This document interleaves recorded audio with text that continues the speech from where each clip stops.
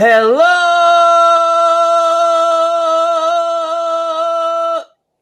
everybody. We are very lucky to have our good friend Big Pauly from Big Pauly's World of Sports Sims, and he'll be co-hosting. Actually, he'll be hosting while I'll be the co-host. Tom Vogel of Wrestling's Finest. A very wonderful PC wrestling game that was introduced to me by Big Pauly's World of Sports Sim YouTube channel. Please check that channel out. The link is provided in the chat and on the page. Big Pauly's World of Sports Sims. Also, we've provided the link to Wrestling's Finest in the chat and on the page. I'd like to say thank you to Big Pauly and thank you to Tom. We'll go to Tom. Actually, we'll go to Big Pauly first. Paul, congratulations. About a year your channel's been up. So tell us about your channel. Well, it all began right around this time last year with the stimulus money, the first wave of stimulus. I decided I've seen your channel, and I saw Digital the Dice around that time. They started doing these little chats to try to get everybody through. Well, I have to call Speaking of Digital Dice. Oh, there it is. Yeah. And I decided to take the plunge. I was going to get the historical set of Action PC Football anyway. And I started the Hometown Football League. We're going to do season 2, September 6th-ish, my 50th birthday. And then I started doing OOTP was my first video series. And then I did Action PC. And then we started doing Grand Slam Wrestling, which is my little Wrestling's Finest sim that I do like once or twice a week. And then you picked up Wrestling's Finest. Yes, I did. Because I saw your videos, and that's why we have Tom here. Very lucky to have Tom. And again, congratulations on the channel. And now let me quickly send it to Tom. Tom, thank you for being here. And tell us how did you first become? Just tell us about your love for wrestling real quick and how you started developing Wrestling's Finest PC game. First of all, thanks for having me on the show. And I also want to comment that, Al, you've exposed me to so many different games now on your channel that I love watching them. Your enthusiasm's phenomenal. And I'm not just talking the wrestling game, but you just do a great job with all of them. And Paul does a super job on his videos for Wrestling's Finest. And I've looked at some of his other ones, but I love it when he posts the link at our forum saying this match is now up. And I had just watched the Danny Hodge one. So thanks for that. Wrestling, I became a fan probably in the mid 70s. I'm 58 now, and I grew up with the AWA. I was in a small town in South Dakota, and we didn't actually get cable until January of 81. And then once we got cable, the world opened up. I could get WWF on WOR TV Saturday nights, but our favorite was Georgia Championship Wrestling on WTBS. And, the more I watched, the more I became a fan. I bought all the After magazines, and it just kept growing and growing. So that's the wrestling story, and on that, I'm sure we'll talk later on that kind of stuff. Absolutely, wrestling. That's awesome. Thank you very much. We have some people in the chat I'd like to say hello to. Brandon Baker, the touchdown maker. How you doing? Hello to Brandon. And hello to our good friend, Mr. Utah Mike, Sports Time Machine, another wonderful content creator in our community. Please check out his channel. Bud W, start time now. How you doing, Bud? Alan, how you doing, my friend? Hope all is well. Phantomatic, who's been there from the beginning, when we used to stream for 5 hours from Friday into Saturday morning, just talking about old TV shows like The White Shadow. Great show. Absolutely. So, thank you very much. feel free to pop in questions, but enjoy the chat. And as always, be cordial to the other members in the chat and us. So I just like to say I really do enjoy this game. And again, we'll get into it, but there is a free demo for this game that Tom will tell you how you can get a chance to download, the ability to download a little later on.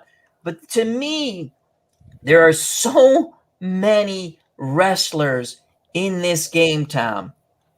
It is fabulous. Also, I want to say thank you, a community member in Wrestling's Finest, and I forget the names because Paulie knows why I forget names. Mm-hmm. He came up with a photo. It already comes with a photo set that you can download, but he came up with, I think there's almost 95%, 90%, I'll go on a short side, of photos for every wrestler. You have to download the file and put the images in the right spot, and they all come up. So thank you. If you remember the gentleman's name, please shout it out. I don't remember. His name's Cliff, and he Mm-hmm. just sent me an email today saying he's got every picture now, but about 6 guys. It's incredible. He's on a mission.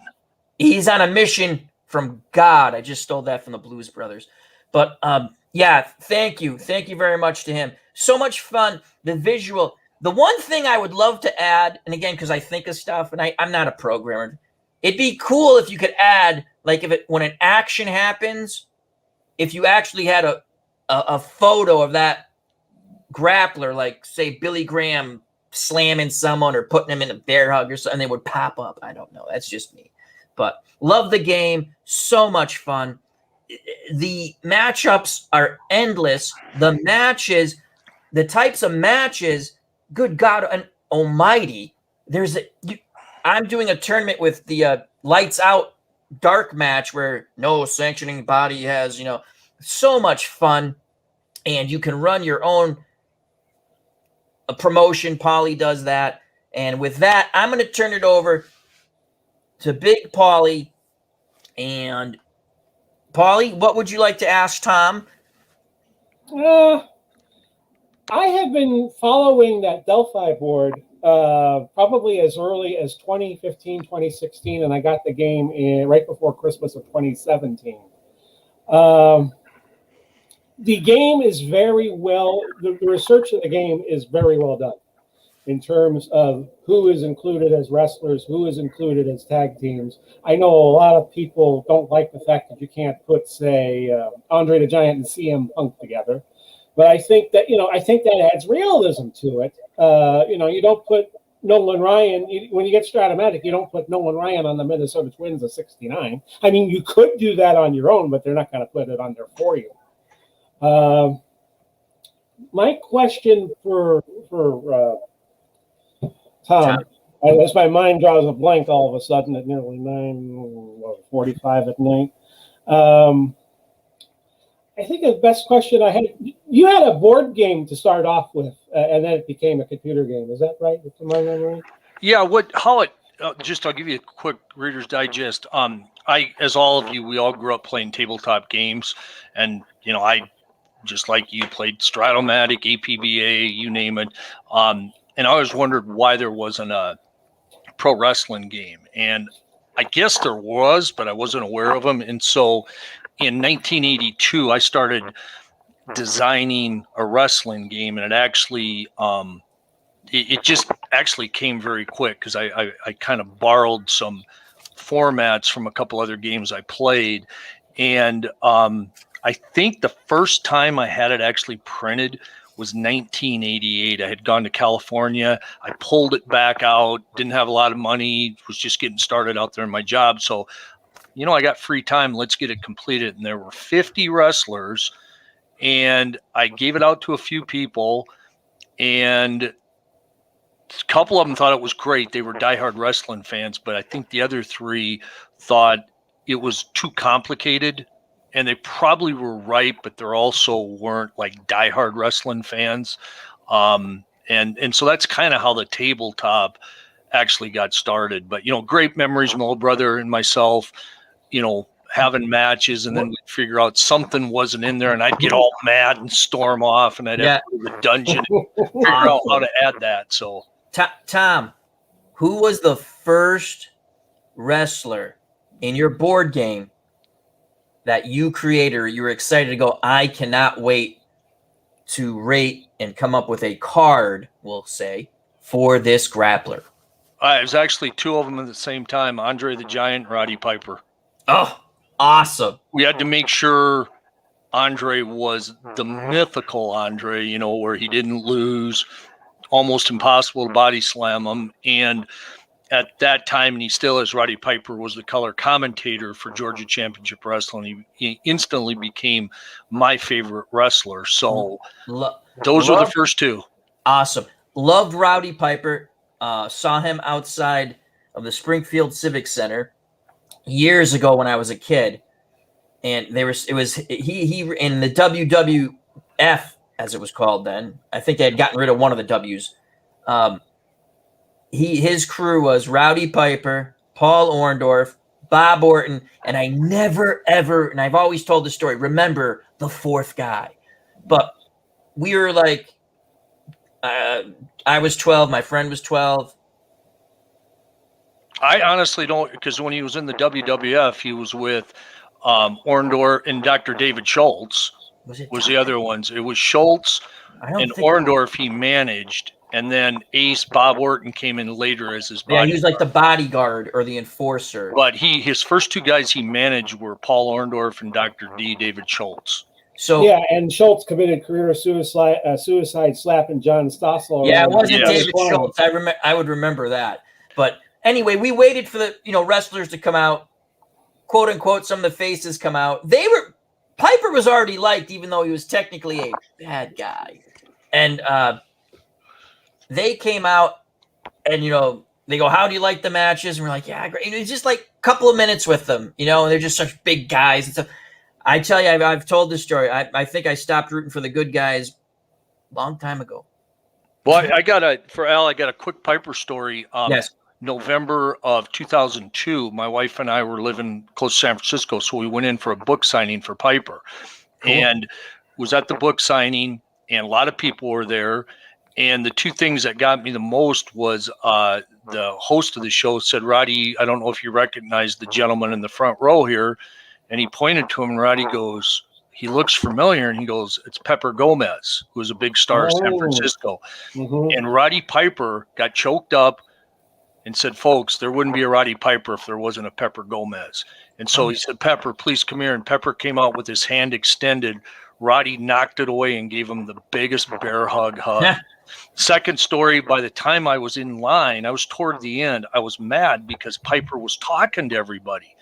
And my wife had been shopping. She came up and said, I go, God, if you just shut up and just sign, I'd be done. Well, I get up there, and I had 3 books for him to sign. One was for my mom, who hated him. And I told him that. And he goes, yeah, I was pretty obnoxious on Georgia. And so he wrote in the book, I own, thanks for being my biggest fan. And I had the calendar with him and Gordon Sully on the cover of a calendar they sold in Georgia.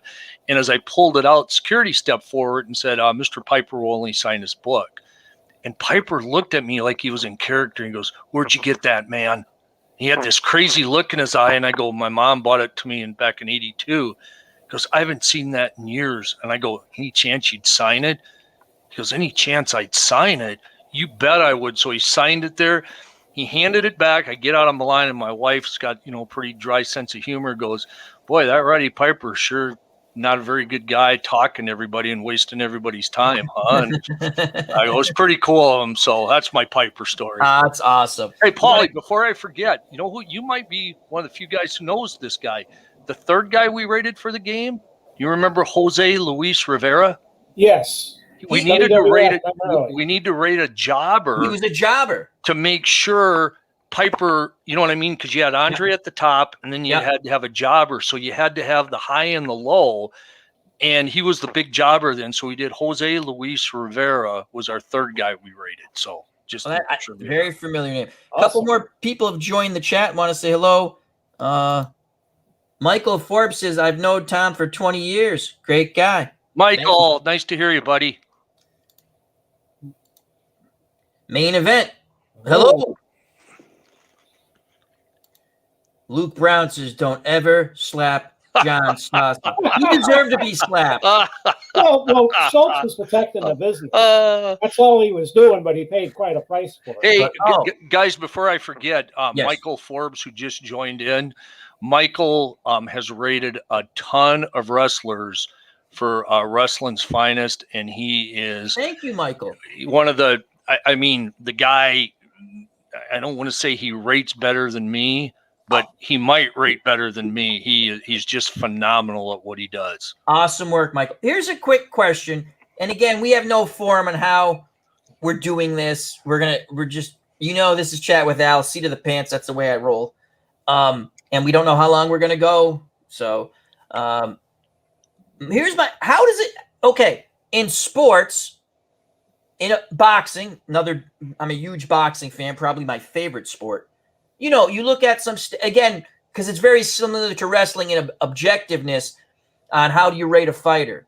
Now, yes, we all know before someone says, "But Al, wrestling's fake." Yeah, we know that. I'm just saying about it's objective because who did the guy fight, this and that. Did yourself, and since we have Michael in the chat, how did you go about it? Obviously, the popularity, matches won. And another, when you mentioned jobbers, in this game, there is a list of you can just bring up all the jobbers and you can run them against each other and they're all equally matched. You actually have these fun matches with jobbers and it's a lot of fun. And some of them are slightly higher than others, but they're all about the same level. My favorite jobber was Stevie King. I don't think I ever saw him win a match. The unpredictable Johnny Rods. Yeah, RODZ. He's actually the computer programmer for the game. Gary's favorite guy now, Johnny Rods. Really? Yeah. Get out. For whatever reason, I think we were testing some things out when our version 3 came out, and he decided to use Johnny Rods. And once he started using them, then he did some internet research, so now he knows a little bit more about them. So awesome. But to answer your question now, yes. Wrestlers are rated what we consider the prime of their career. When and where did they do the best? And the good and the bad thing about wrestling is since there isn't 100, it's not like baseball where a guy hit 310 with 29 doubles and so forth.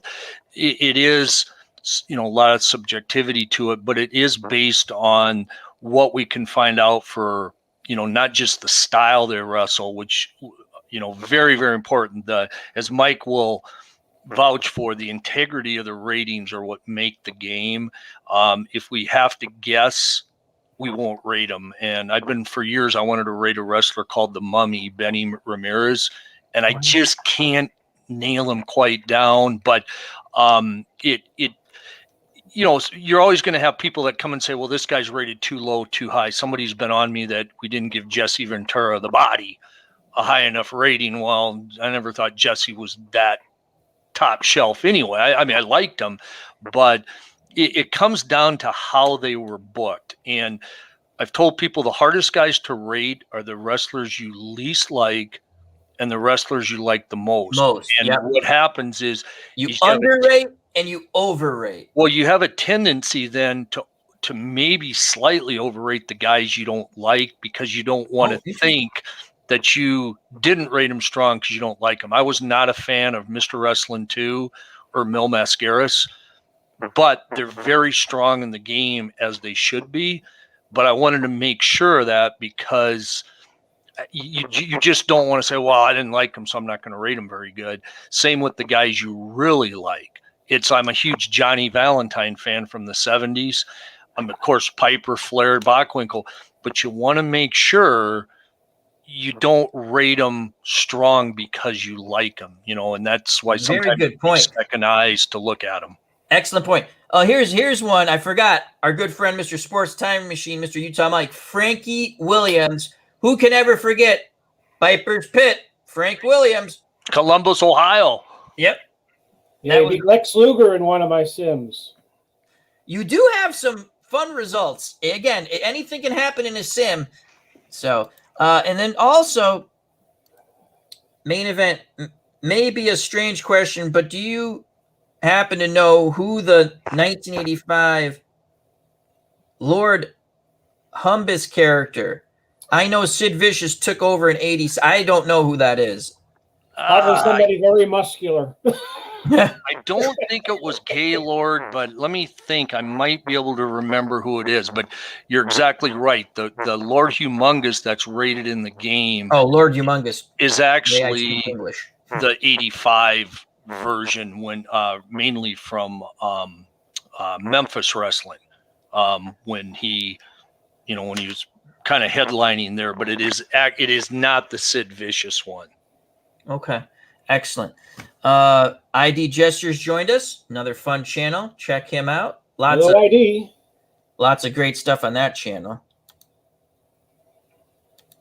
So it's always interesting how you come up with the ratings.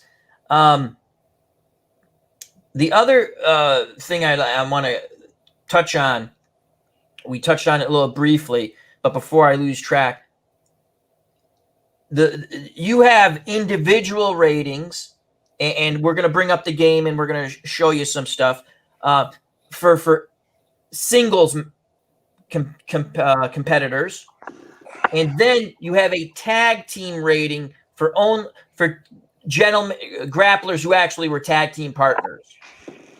Correct.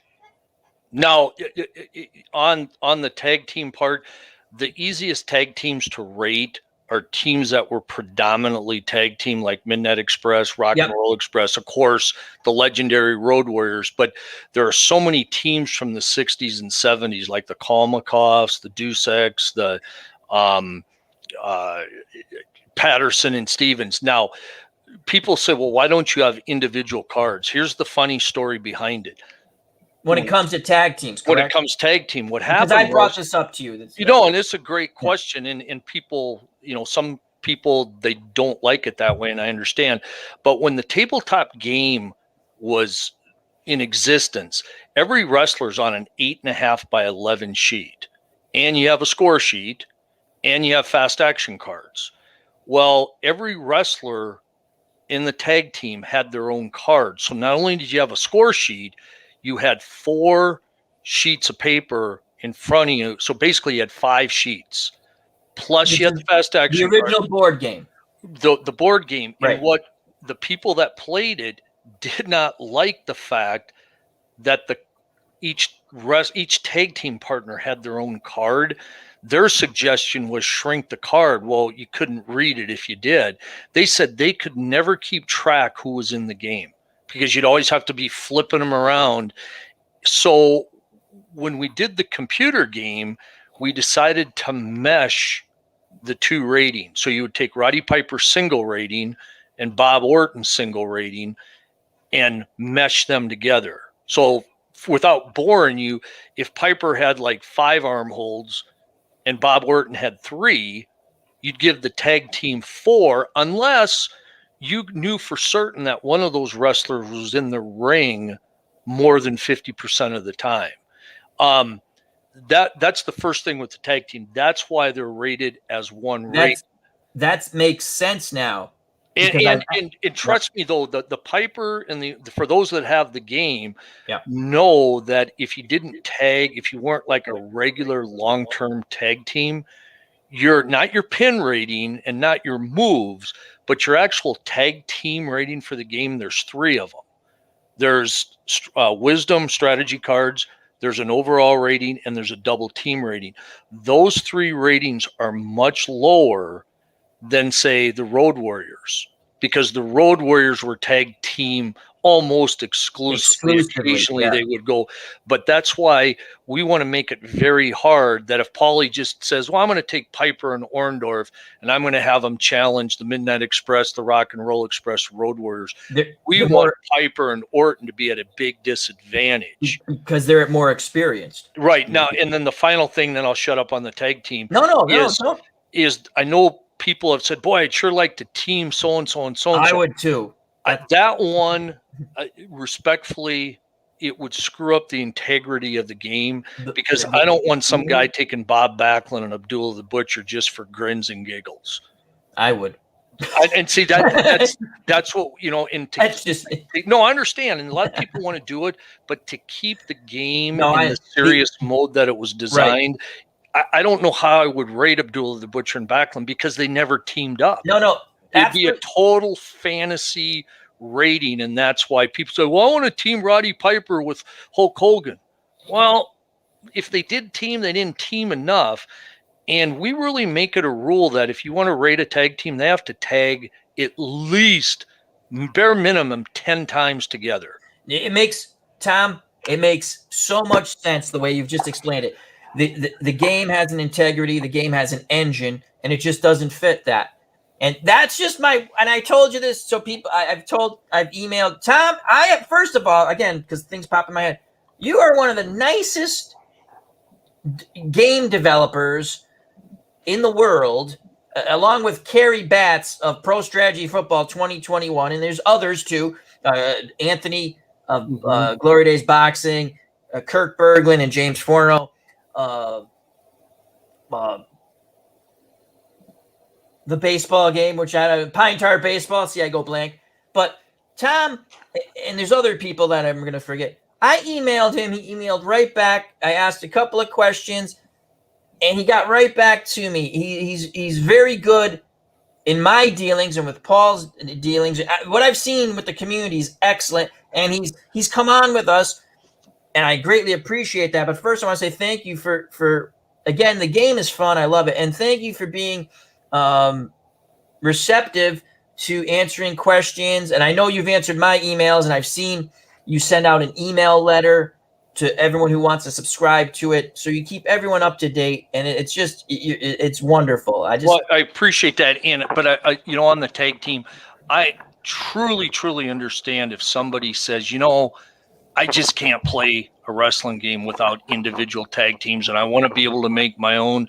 Completely understand it. And if they, that's why I like people to try the demo, because I don't want them to buy it and say, hey, Tom, I was hoping to do Backlund and Abdullah, but I found out I can't.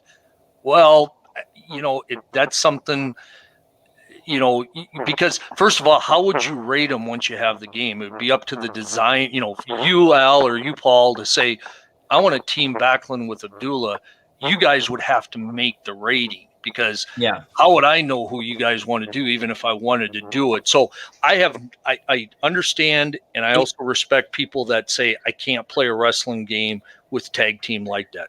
And again, it just makes, thank you for explaining. It makes absolute sense to me with the game engine. And again, there's a demo. You can contact Tom if you want to try out the game for free, so you can see if you like it. I love the game. Very happy about it.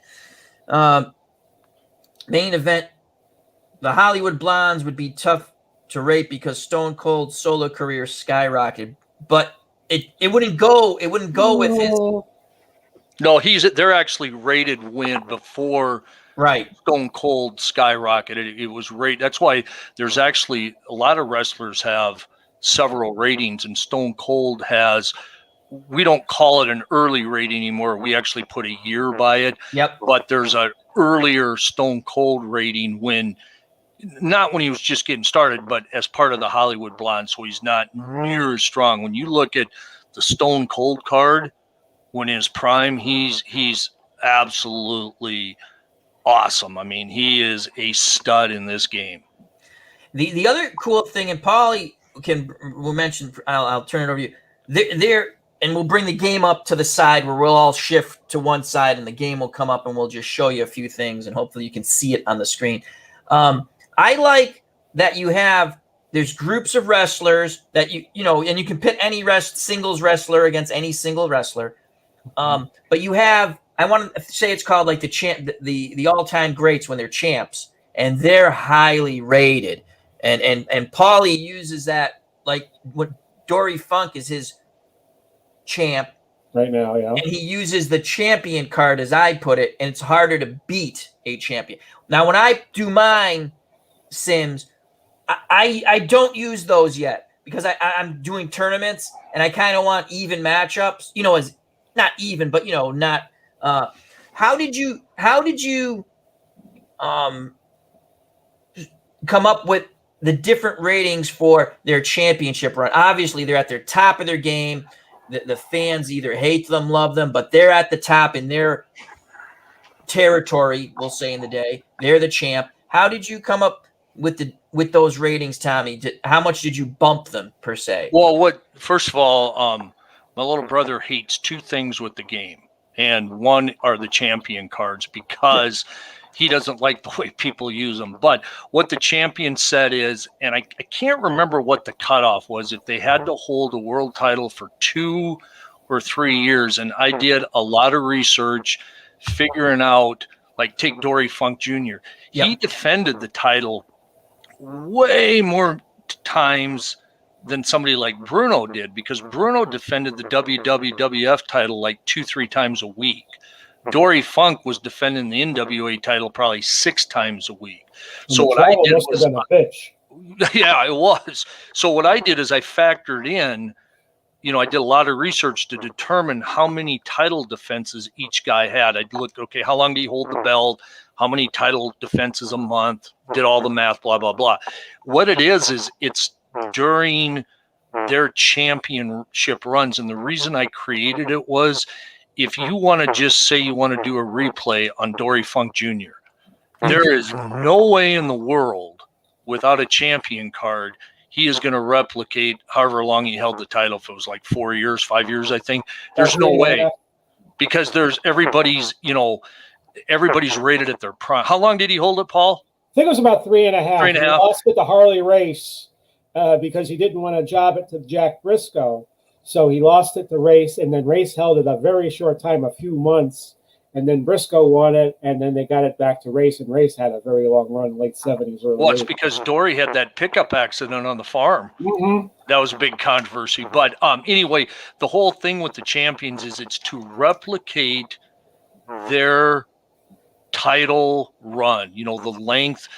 There's a few things in their card that's changed, but it's mainly their pin rating. They are really, really, really hard to pin, because they have to be that way if you want to replicate how long they held the title. Now, somebody like Dusty Rhodes, Ivan Koloff, Stan Stasiak, they don't have champion cards because they were considered more transitional champions. And so the way they were intended to use, and everybody can do what they want with them, is it's if you, like, say you're running an NWA territory and you're going to bring the champion in, like I run my Georgia replay. If I bring Harley Race in to defend against, say, Tommy Rich, Harley Race gets to use his championship rating.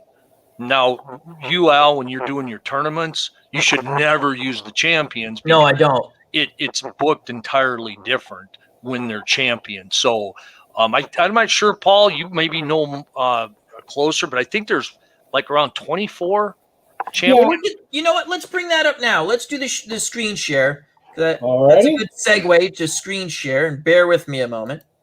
And while you're doing that, Paul's got probably the most unique wrestling world on the forum. He and I'm not sure I'm going to say this correct, Paul, but it reminds me more of kind of like a boxing deal where he doesn't get bogged down in feuds and things. But he also has a unique scoring system, meaning wrestlers get points based on certain factors, and that's how he ranks them. And when you look at his rankings, they very much match. Oh, that doesn't come up. Who they do. So the second little screen does. Let me see if I can get. I want to try to get that second screen to come up. I think I might have to do another screen share. Hold on a second. Let's The go. way I do it on OBS, Al, is I just grab the computer screen on the whole. But I don't know if StreamYard has that capability. Yeah, that's what I'm going to find out now. All right, hold on a moment, and let's go back to here. I just want to show you some of the screens, and if I can't get it to work, we'll talk it out. But I'd rather show the screens. I greatly appreciate everyone's patience for the moment. And let's go screen share. And again, it's a really fun game. And I was just curious about the, oh, here we go. Click on that. Share. Did that pop up?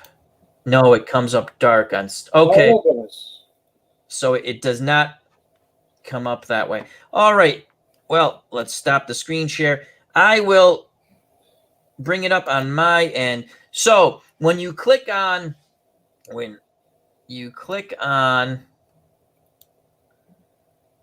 singles matches, here are the wrestling sets. And unfortunately, for some reason, StreamYard, the way I'm trying to do it, won't show the secondary screens. But we can go through it someday on a regular video. So the champions cards, you would scroll down, and champion set 2020. There is Bob Backlund, Nick Bockwinkel, Jack Briscoe, Orville Brown, that's old school, Ric Flair, one of my favorite wrestlers, Dory Funk Jr., Terry Funk, Vern Gagne, Superstar Billy Graham, Hulk Hogan, Dick Hutton, old school, Gene Kiniski, Rick Martel. I didn't realize Rick Martel held the title that long, but he did, I guess. Didn't defend it a lot, but he met the criteria barely. Pedro Morales, Pat O'Connor, old school, Harley Race, which we just mentioned, Buddy Rogers, the original Nature Boy, 2 runs for Bruno Sammartino, the 60s, where he's a rating 245. Yeah, and Bruno was unbeatable in the 60s because they'd never take the title off of him. And then in the 70s, 229, Lou Fez and Mad Dog Vachon. So there, yeah, you have 1, 2, 3, 4, 5, 6, 7, 8, 9, 10, 11, 12, 13, 14, 15, 16, 17, 18, 19, 20, 21. Bruno's in there twice due to his 2 runs. So, and they're much higher rated as opposed if you went to their regular card. Correct, yes. And again, so with Wrestling's Finest, and I apologize that I cannot get the secondary screen to come up. When I did the quick little test before we came on the air, I said, oh, good, I can share the screen, not going to the secondary screen, unfortunately. And I don't want to try to figure that out now. We can always come back and do it again. So at some point. But yeah, there are many different things. So that's very interesting. And again, there's only in reality 20 wrestlers, but with Bruno, he has 2 cards because of both reigns.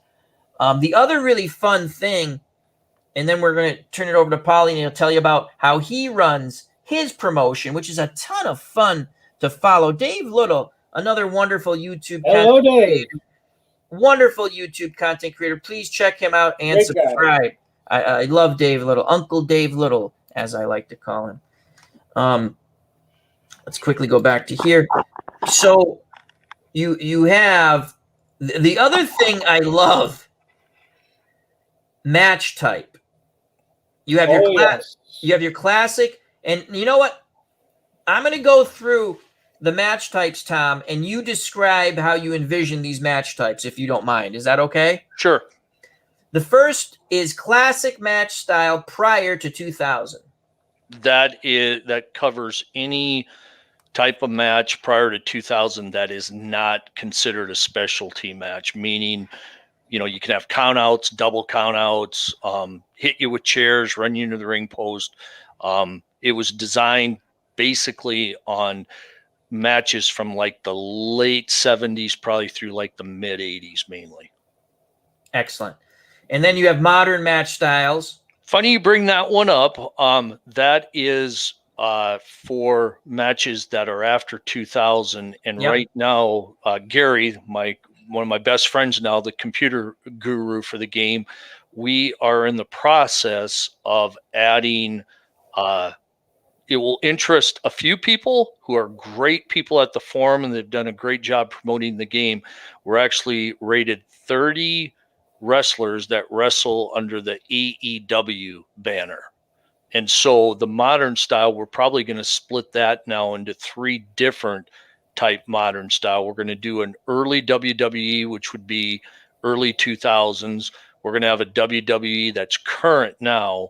and then an AEW option because they do not have countouts or double countouts. So more on that later. Excellent.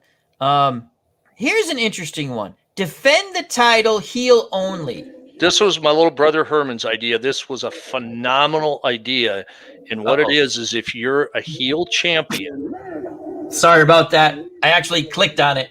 That's okay. If you're a heel champion, I strongly recommend you use this chart because as the heel champion, you are going to do certain things in that match to make sure you keep your title. One of the great results is you use the championship belt to knock your opponent out. There's I think one result in the chart where champion has had enough, takes championship belt, walks back to the dressing room. So this really, really captures a heel. The reason it's heel only because there's a lot of results on there a face would never do. Hulk Hogan's not going to leave ringside and get counted out. So only the heel uses this chart. Oh, that's awesome. I've never used it. So, and okay, no DQ match. Actually, I'm sorry. On the version 3, Gary actually made it where you can select defend the title if you're a champion, but a separate, slightly different defend the title chart if you're world champion. The world champion gives you a little bump on some things because I didn't want to treat like the TV title the same as the world title. Gotcha. How do you differentiate? Okay, again, this is me talking because I haven't figured it out yet. How do you differentiate? Is there a way, Paul and Tom, to differentiate the title? Do you have to go in and type in the title and say this is the TV title and the PC? No. What happens is there's two separate categories. There's one for just, let's say, your regional titles, and you could just make that a title match. There is a separate checkbox for world title matches. Like if in GSW I'm having a world title defense or a tag team title defense or a junior heavyweight title defense, you check in the world title box, the world title match box. And I think that gives the champs a bit more of leeway in, gives them a little bit more of a boost and trying to escape. We're definitely, hopefully we could do this again when I figure out how to bring all the screens up, because I would love for you to show everybody, direct me. And unfortunately I can't get the secondary screens to show up. I'd like to say hello to a good friend, Fandom D Saint. If you want to know about television programs, check out Fandom D Saint. I like to call him David the Saint. That was my favorite name of his. Very, very wonderful young man. So thank you for joining us. Okay, so because I'm not, I don't know how to differentiate that yet, and it's so much fun stuff in this game. The other thing with that, Pauly nailed it exactly. If you're designated a champion, your third pin rating gets reduced by 1. So if your pin rating, say 27-25-3, now it's 27-25-2. So you get the little bump for that. And that is so awesome that this game has provides that little change in the ratings. You're a champ, so and again, it's a wrestling game, so the fans either like you, love you, but you bring them in, and you get a bump to your benefit. That's awesome, Tom. Well, and as Pauly knows from being a longtime fan, title changes back in the 70s and 80s were rare, and when they occurred, they were huge news. Nowadays, titles change every month, so we always wanted to put a special emphasis that if you were champion, you were going to be a little bit tougher to beat. So I love it. Again, I'm learning a lot. I appreciate this knowledge from Tom and Paul. Okay, no DQ match, obviously no DQ. Yeah, but here's the key. And Paul, some people can disagrey with this. My big complaint is I used to watch occasionally you'd have a no DQ match and the guy would slug the referee and they said, "Oh, he's disqualified for that." Well, if it's no DQ, it's no DQ. And that's what it is in this game. You can have what they call a no contest where the wrestlers collide and pass out or a riot starts, but you will not have a DQ in this. I had something funny happen. Then Paul, in his last video, had the same thing, and I almost messaged you, but I said I'm going to talk to you. An old woman attacks the wrestler. I found that hilarious. And That- see, Yes. you can have it, the old lady, because there, it's always been known that you'd have the old ladies at ringside. But see, Pauly knows with the game, maybe you want to change that where it's an old lady, but it's actually a wrestler dressed up as an old lady. Exactly. I I'm did going that. somewhere with that. And Yeah, see, that's what I do if she hits, say she hits the good guy. Yeah. Usually the old lady would only hit the bad guys. So if I get that wild event comes up, then what I'm going to say is the old lady is a wrestler dressed up as an old lady. And it makes an angle now that I can work with going down the line. Yeah, because you can create your own. I did that. Unfortunately, I didn't stream these. I was a little under the weather, and it was late at night, but I did Superstar Billy Graham against the Iron Sheik. I posted on a couple of Facebook pages, and it happened, and I said it was Nikolai Volkov who attacked, dressed up. And that's what you do. That is a perfect way to create your own angle. And that it was great. So you got the hang of that, Al. That's good. But it was funny because I remember playing it. I was like, that's freaking awesome. I said, I wish I streamed this now. But I'm my biggest fan. That's good. Nurse Teresa will tell you that to her chagrin. Cage match is a cage match. And the difference in this, and believe it or not, it's hard to do a cage match and come up with cage results inside the cage because there's only so many things you can do. You can grind your opponent's face into the cage. You can bash his back of his head. You can squeeze his fingers in the cage. You're kind of limited, but right, because it's these cage matches are decided by pin or submission.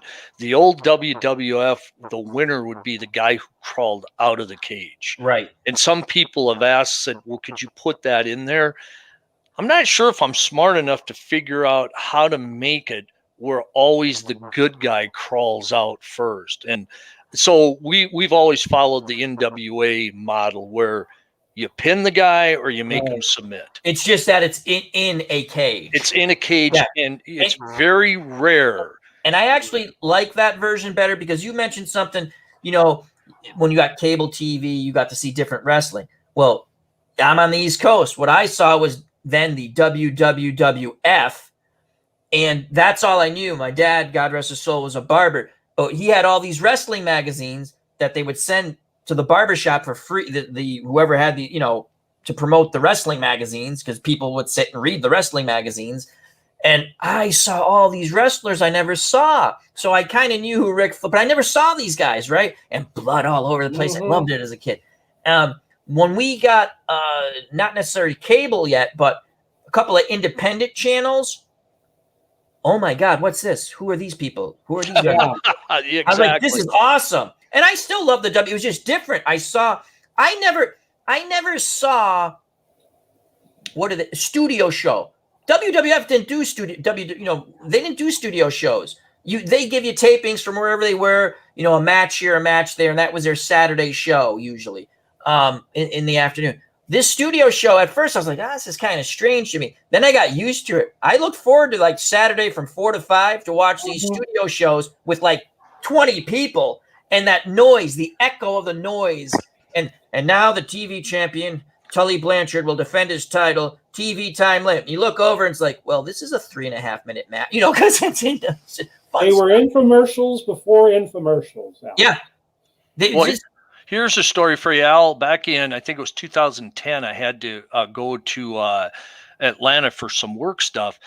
And I love to go for walks. And so it was about a 3-mile walk from my hotel. But I walked over to 1050 Techwood Drive. And the reason that address sticks out is that is where Georgia Championship Wrestling with Gordon Sully would tape their TV shows Saturday morning. So I went all around the building. All the doors were locked. It's like a colonial style building with, I guess, offices in there. I finally found a door open. I'm walking down a hall. There's office doors on each side. Finally, I go into this big open area, and it's cement floor. It's painted. It's bright. I'm walking around, and these two guys are doing some stuff in there. Can I help you? And I go, this is going to sound weird, but I'm just trying to figure out where they televised Georgia Championship Wrestling. He goes, buddy, you're standing about 10 feet from the ring. Wow. I go, are you serious? He goes, yeah, the podium was set up over here. And I go, but where did the wrestlers? He goes, they would go into people's office cubicles to change. Oh my God. That's so awesome. I go, you got like sweaty butts sitting on somebody's desk that comes in Monday morning now, and there's staplers. And they go, yeah. And I got goosebumps in there saying, this is where it was filmed. And they go, yeah. And then after that, it became where they do the Cartoon Network for TBS. Okay. So I walked out of there like a little kid. I was just giddy being there. So I'm giddy listening to that story. I have goosebumps. I just, again, when you saw the different wrestlers that I'd never seen before, it was fun. I'll tell you a quick one, which in theory, again, the scaffolding match. I remember that was in Texas, the Von Erichs against somebody. Maybe I don't remember. It was the Von Erichs were involved, right? Or definitely Kerry. It sticks in my head and I could be, but I remember they're doing it from Texas Stadium. So they say, come back next week. Cause I guess it was like their version of their pay-per-view or their big, and they're giving you, obviously the matches were done. I had no clue who won. There's no internet then, right? So we go back. My friends are going, you going to watch that scaffolding match? You're like, oh yeah. And again, it's fake, but you're just interested to see. It was probably one of the worst conceived matches because no one wanted to fall from that. They literally sat down next to each other and just went. Because there's not a lot you can do on a scaffold. No, there's not. In theory, it sounds wonderful. And then again, you get, then they come up with Hell in the Cell, and you have Mick Foley going, yeah, just chuck me off, throw me off the cage, don't worry. And that was, holy crap. That really happened. Yeah. But, wow, Foley, look at him now. Yeah. Awesome story, Tom. That's, wow. I like the way you guys do I agree, I like the pinfall or the submission for cage match. Texas Death Match. This is something changed a while ago. Southern style, where it doesn't matter who wins a certain fall. It's till one guy cannot continue. So you might have one guy wins 5 falls and the other guy wins 3 falls, but it's who can't continue loses. It's like an old school bare knuckles John L. Sullivan prize fight. Exactly. Yeah, it's right. And so the funny thing was Pauly knows the WWF called their matches Texas Death matches, Texas Death style. But they weren't those. It was all it really was a no DQ match. Yeah. We just called it Texas Death. It's funny. I was just going to say, that's my version in my head of a Texas Death match, because that's the only one I personally remember. Then there's like the cowbell match, which I kind of thought that was a Texas Death match when I was a kid. But wow, that's interesting that it's basically, again, in wrestling's version of a old school heavy or any boxing contest before the Marcus of Queensberry rules. Correct. Yes. Or bare knuckled, I should say. I guess there were some rules. Interesting. Awesome stuff. Grudge Match. I like this one. This was one we put in. I think Pauly's used it where it's mainly it's a good guy who either had like a family member attacked. He had one of his prized possessions, like say Wahoo McDaniel came out with his Indian headdress and somebody stole it and tore it up. The next time they'd fight, you'd call it a grudge match because Wahoo, and what it is he's going to throw the rule book out. There's certain adjustments that are made to his ratings. And in a grudge match, there always will be a pre-match attack by the good guy. Awesome. And there's a very, very good chance the good guy, the face, is going to get disqualified. His chances go way up. You're also going to have shorter matches because all he wants to do is punish. Just punish him. He doesn't care about winning. This is awesome stuff because it's explaining stuff for me and other people who are interested in the game. This is awesome. I love that. I love how I didn't realize I didn't realize ratings would change by the match. I mean, it makes sense, but that's just awesome stuff, Tom. Okay. Wrestler has a vendetta. Is that similar to a grudge match? Okay, you know what? Let me rephrase this. I forgot we changed it. The wrestler has a vendetta is what I just explained. Okay. The grudge match, we changed the names. The reason I changed it is a lot of times a match was just simply billed. Tommy Rich versus Mass Superstar, a grudge match. It didn't mean anything other than in title. You know, it was, they both hated each other. So there is a change in it where there's probably a good chance there will be some type of DQ. The vendetta is one wrestler has a vendetta. You remember when Roddy Piper injured Jimmy Snuka? Yes. Okay, and remember how the Tonga Kid tried to seek revenge for Jimmy Snuka? Vendetta. That would have been a vendetta match. Awesome. Because all he's trying to do is kill Piper.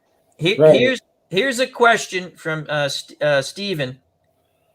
Iron Man match available? We are working on that. Awesome. Describe an Iron Man match. It's just like you go on till someone drops? It's a set time limit. Say the most famous example was Bret Hart and Shawn Michaels back in '96. You go to a set amount of time. They could play out one fall. They could play out 100 falls. When in the case of this WrestleMania match, it was 0-0, and then HBK wins in sudden death on a super kick. So maybe Tom, maybe that's something you'd probably have to throw in. Is maybe if the match is tied, you have some sort of get the option. Yes, yeah. you would have to have it. You can actually, in regular matches, when the time limits up, a little screen pops up. Do you want to continue? And sometimes I do, sometimes I don't, because okay, that's it. So that's the Iron Man match is something that's in the works then. Yeah, Gary and I we're just trying to work out the logistics of it, how to, And again, we as fans of the game or players of the game, we're like, oh, it shouldn't be that hard, but we're not programmers. So I'm going to ask Pauly a question on the Iron match, Pauly. Okay. You're very familiar with them. Part of the stumbling block we have is if you put two very good wrestlers together, there's always a good chance your 60 minutes is going to end up 0-0. So the thing Gary and I keep trying to figure out, should their pin ratings go slightly up so you have a chance to have more falls occur? My answer is probably no, because of the example match you gave. Yeah, I would agree, because sometimes you're going to put two guys together and they could very easily go 0-0. Okay, good. You could put WWE guys together from, the present era, 2020, and they could probably go 11-10. Exactly. And that's perfect. Thank you. That makes sense, though, because there's still the sudden death, correct? Okay. That's pretty cool. I just rediscovered wrestling again. Like, I actually started watching a little bit of wrestling again, and I watched WrestleMania, the last one, because we have Peacock now, and it was on, so I watched. Now, I didn't watch every match because some of them are just beyond stupid. Yes. In my opinion. Yes. Again, if you enjoy all the matches, God bless you. I watched I didn't realize there's two different champions now, but I watched Lash and the Scottish guy. Unfortunately, I don't remember his name. Drew McIntyre? Good match. Some people have criticized it. I enjoyed it. The one thing, just to get off topic of the game for a second, is that okay, gents? Sure. Go ahead. Okay. There's too many. I guess I did enjoy the match. Lash, the almighty guy, and a tremendous. He sells that suplex when the guy suplexes him. Tremendous. And it was just a fun match. I enjoyed it. Too many. The thing with wrestling now, a finishing move is not necessarily a finishing move when it's like it looks like two top-notch guys. It's like they got to hit it a few times. What are your again? I've enjoyed that match, so I watched that one. We'll get back to the question for a second. I love Cesaro.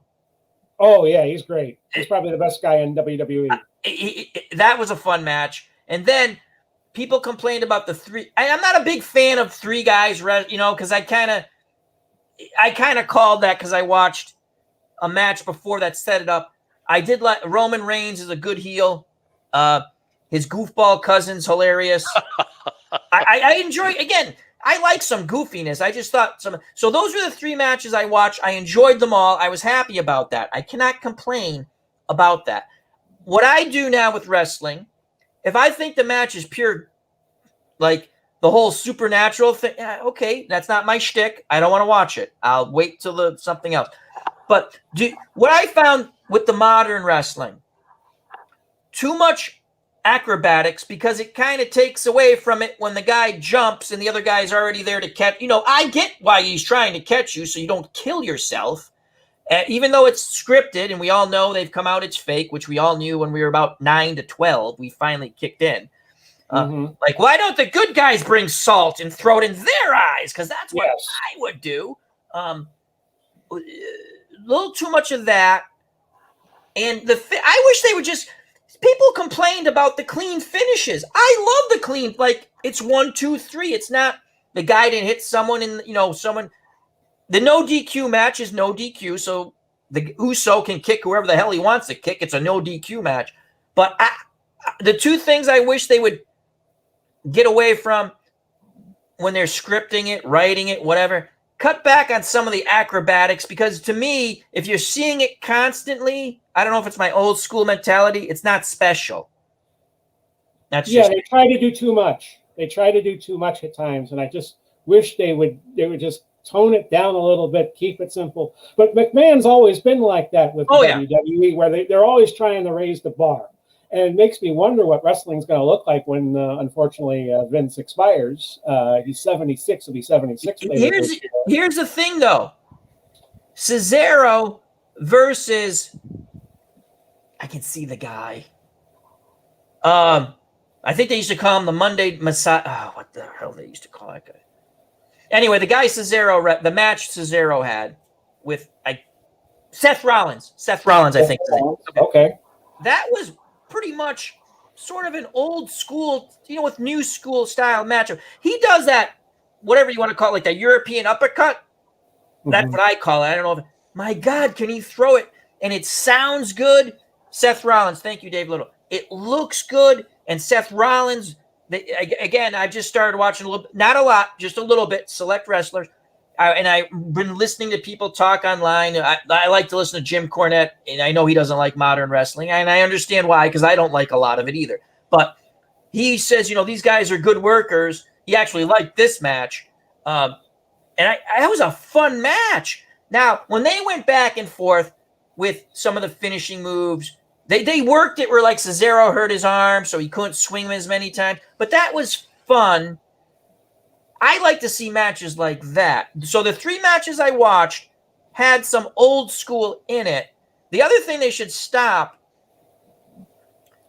and again, I watch a lot of Jim Cornette stuff, whether you like him or don't, or whatever. I just like listening to him talk about wrestling. And Al Snow is very interesting to listen to, too, just my opinion. Al Snow. The punching, it doesn't look good. Do more of the forearm stuff, because the punching just does not look good at all. Well, that was a lost art for a long time, Al. The only guy who could throw that uppercut was Dory Funk Jr., and then some of the European guys could do it. And I'm glad that's coming back, because that's a beautiful move when you could execute it. Oh, it sounds good. It looks good. And again, we all know it's fake. But I was invested in those 3 matches. I enjoyed it. So when a couple of people pooed, I was like, I don't know what they're talking. I mean, again, that's everyone's opinion. I'm just listening to people who have much more knowledge than I do. I was like, 3 matches I watched, I enjoyed them. Your thoughts on Tom, on what you like about, if you still watch wrestling, or what do you like and what do you miss? And same thing with you, Pauly. We'll go with Tom first, because I babbled long enough. To be honest, I'm not a huge fan of today's wrestling. Part of, you guys touched on it, the dives out of the ring when guys are waiting to catch you just drives me nuts. Just move out of the way. Let him splat himself on the floor. The other thing you also mentioned are the finishing holds, where you take Roman Reigns, for example. I'm talking the wrestling game now. There are certain moves that I call show moves, like the Superman punch. Yep. If you're a fan and you go to the match and he doesn't do that move at least twice, you're going to leave disappointed, because you want to see it. He did this. But see, in the wrestling game, you have to make sure he never pins a guy with it, because 90% of his pins are by the spear. Yep. But you also said in the big shows, they might kick out of the spear 3 or 4 times till the 5th time it actually works and he pins them. Same with Brock Lesnar's F5. Yeah. You'll see somebody maybe kick out of it 2 or 3 times. Unfortunately, how do you capture that in a wrestling game? because you don't want it to be automatic because you want to match what happens in a match. The other thing that drives me nuts is there's no storytelling. Everything's a high spot. The acrobats, everything's high impact. It's just boom, boom, boom, boom, boom, boom, boom. They don't. The fans aren't taken to a low and then brought back. It's just the whole thing is just chaos. Part of the reason I'm doing the AEW, I have been watching it. It's on Wednesday nights. It's okay. I'm learning a lot. I like some of the stuff I see. Some of it I don't like.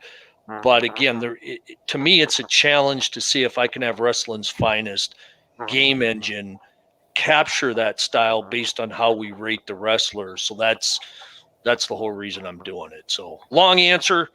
No, great answer. And again, today too much. We're talking about the game. We're going to talk about wrestling. Dave Little says Rollins and Cesaro came up in Ring of Honor together. Yep. Cornette mentioned that. Again, things I didn't know, but it's fun for me to find out that most wrestling fans probably know already. So if I sound like people going, Al, we knew that, I apologize. And they have been working together for better than 50. They were fabulous. Now, a rumor is, because I actually now start looking up rumors like a child again, but I should bring Nurse Teresa in. She goes, oh, he's reverting to 12 on to 10. Cesaro might have she was actually clicked by wrestling because she knows I like Cesaro, and she said, he might have a feud coming or a thing coming up with, oh my God, we just mentioned him, the guy who looks like Aquaman. The Rock's cousin, Roman Reigns. They might, and that would be interesting. I would like that. That would be cool. Anyway, that's just my little thing. So again, they're never going to change. I mean, I get it. You're not going to put the guy in the headlock, but there was an art to that because they're talking the match out. They're running the match in the ring. The ref is like the coordinator. If you like wrestling, I highly recommend just looking up people, the old school wrestlers, just talking about it because kayfab's done. Everyone knows it's fake, so they're telling you how things went, and to me, it's a lot of fun. As Fandom D Saint says, Roman Reigns, thank you. It's just fabulous, and that's what the new wrestling. And Tom hit it, and Pauly, I don't know if you agree. It's kind of missing that where, and again, I don't watch it enough. It's just what I watch. To find out how they build up. It's fun to listen to how they came up with their characters, the old school wrestlers. But I would, if I was WWE, I would cut out, like Tom said, it's too much to me. You can't constantly do it. The high spots or the jumping, and it's great. It's acrobatic. They're great athletes. The women's matches are, for me, tough to watch. It's way too, and again, I know it's all choreographed. I get it, but it's way too choreographed. It's let me catch your leg. We're going to do this flip thing. The other thing is, when they go to the turnbuckles, men or women, get rid of it. Only do it once in a while because like Tom said, you see the person trying to help the other person. It's not, and it's violent ballet or gymnastics, however you want to call it, but a little more smooth around that. If you're doing it all the time, it's not special. No. Anyhow, that's and I'm enjoying it. The matches I like to watch. Okay, back to the game. And thank Tom, great stuff there, and Pauly. All right, so Bounty. I kind of remember the Bounty matches.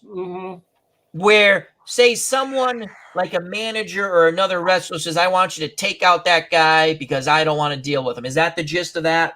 Exactly. And it's also only one guy can do it at all. It should be the heel. I don't know of a face ever doing it. And the heel is, it's kind of in a way like the flip-flop of the Vendetta. The heel has a very good chance of getting disqualified because all he's trying to do is put the wrestler out and collect the bounty. So, they want to injure the guy at all costs. And there's for both the Vendetta and the bounty match, there's a different outside ring chart that's used. So you'll see there's actually one of the results that will probably come up once in a blue moon. But in the bounty match, you'll actually have the guy, the wrestler will turn on the person who put the bounty out. Ooh.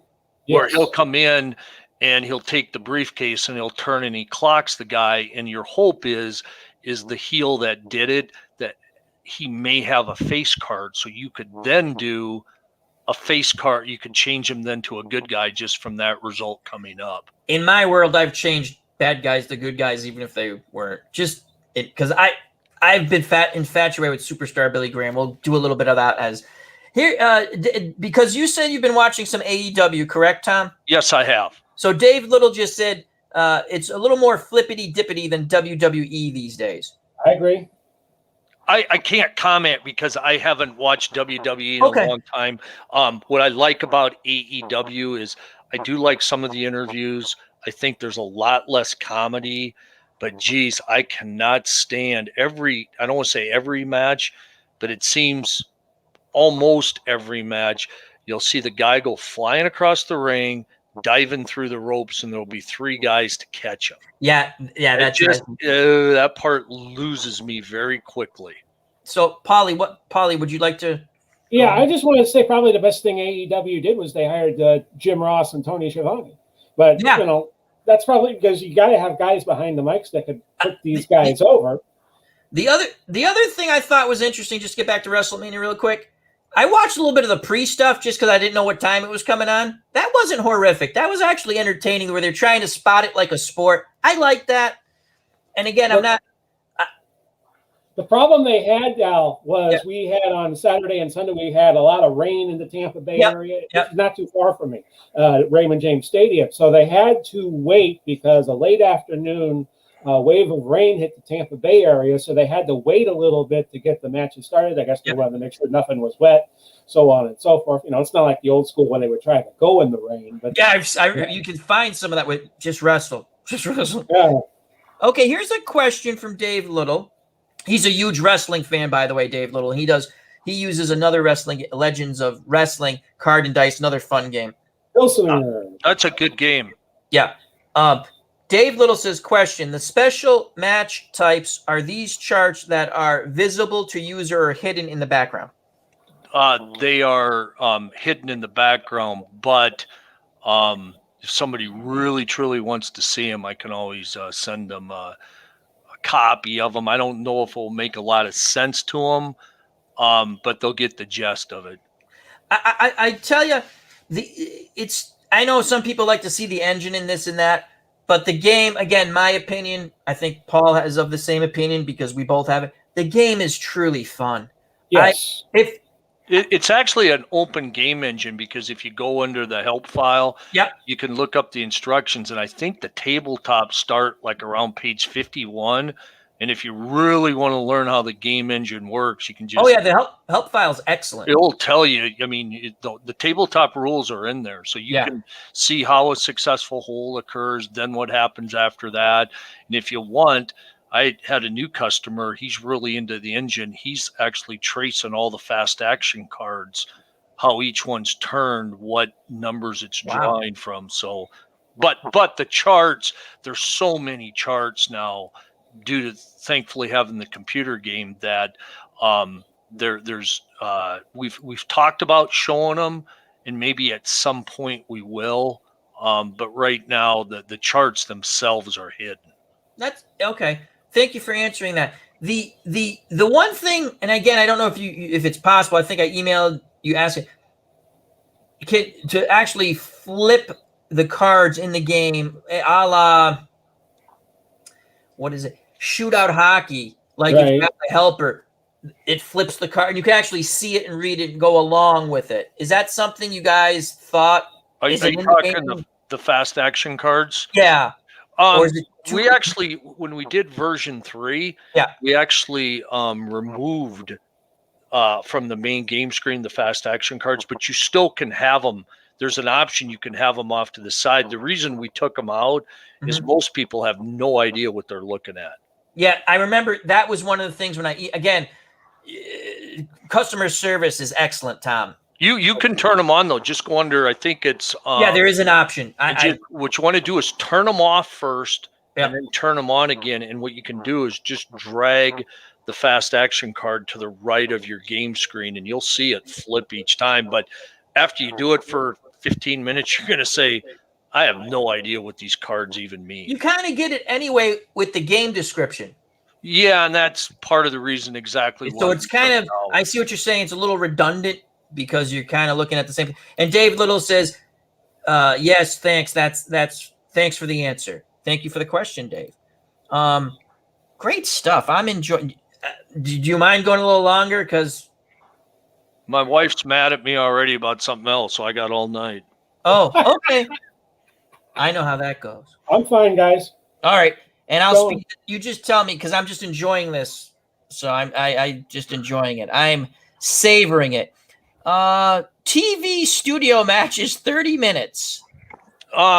That was something that was just added in version 3, and what it is the 30 minutes. All that means is the time. But what a studio match is, it's kind of cool. Gary made it where you can watch it through an old TV screen. Oh, and it's a beautiful presentation too. Really? Yeah, and what it is we use a different chart. It's a lot tamed down when we have outside ring action, because in studio matches, they typically were, you didn't have the violence outside the ring. It was more just throw the guy out. Not saying you can't have some wild stuff, and you'll have a lot less countouts and double countouts because usually they didn't have those on the TV studio. And remember, these are based on like mid 70s to like early 80s. But let me just interject. That is awesome that these matches, that makes so much sense now. Well, it's a TV studio match, and this is the way the TV studio matches were. That is awesome. I'm going to have to try that. I've not tried that one. Well, keep going. I can't wait to talk about the second or third one you're going to be coming up on. TV main event match, 15 minutes, similar. Same thing. It's timed way different. It's shorter. But the next one is the awesome one. This is my all-time favorite. I kind of touched on it because I find it hilarious when I was young. TV studio remaining time match. You start the match. Yeah. And so many times when we're watching it, they'll say, this match is TV time remaining. Yeah, I remember that. The game is programmed. I don't know what it will be. I don't have a secretness to it. It just means that there's a certain maximum time that I don't. There's a minimum and a maximum. I don't know what it will be. That's awesome. But you'll be in the middle of the match and it'll say, folks, we are out of time. We hate to go, but we have to until next week. So long.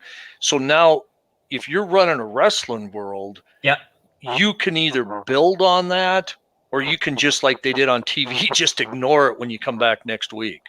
That's awesome. That is what okay, go for the mask. That's where you have to take the mask off of the opponent. Right. It's, of course, if you're, say, he's a bad example. Oh, God, fudge knocker. Say you're Stan Hansen going after Mr. Wrestling 2. You're wrestling.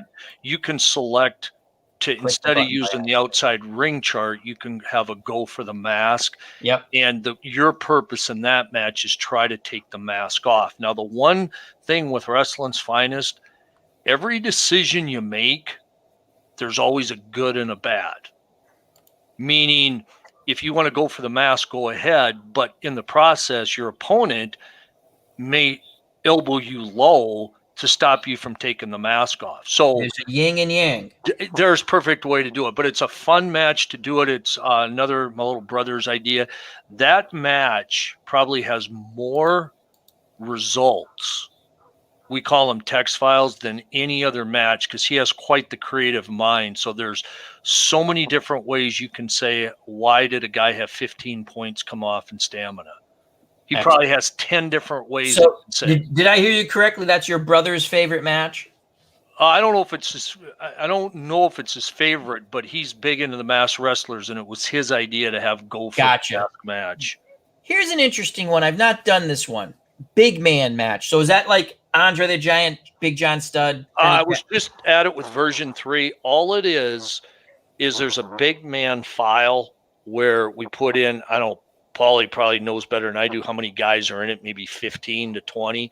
There are, I can tell you, you have Abdullah the Butcher, I don't know how to pronounce this next. Akibono. Akibono. Oh, no. Yep. Elijah Hakeem, Andre the Giant. There's 2 Andre the Giants. King Kong Bundy. Haystacks Calhoun. The Convict. I don't remember him.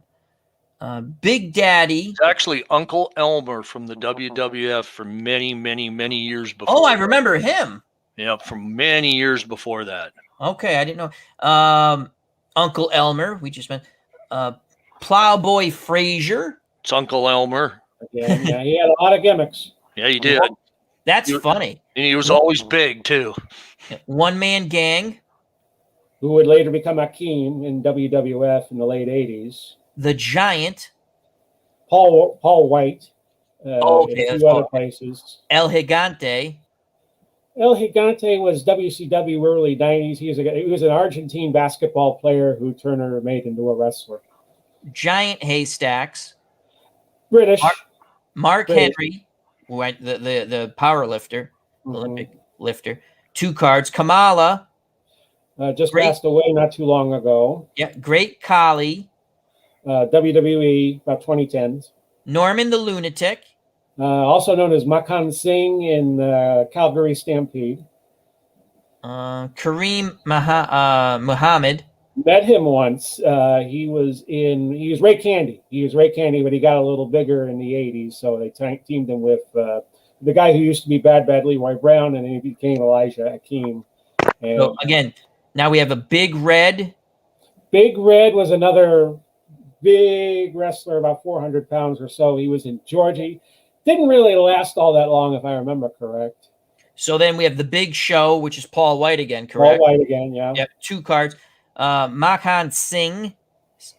Norman the Lunatic, they're one and the same. They just had different gimmicks. Norman the Lunatic, I think, was WCW early 90s, and Singh was Calgary. Okay. John Studd.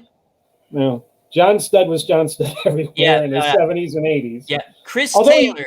I don't remember Chris Taylor was an Olympian in the Munich Olympics, the very tragic Munich Olympics. Okay. And I don't think he did too well because all the focus on the Olympics was on Dan Gable.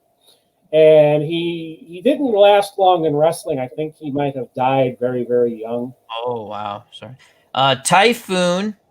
Typhoon was Fred Ottman, who I think was he was a brother-in-law of Dusty Rhodes's. Oh, and then Viscera and Yokozuna. Those are the big men. Yokozuna was a WWF champion. Yep, I remember him. And Viscera was just a big dude who had a lot of gimmicks. So he was Mabel in Men on a Mission in the 90s in the WWF, and he was also in Memphis a great deal.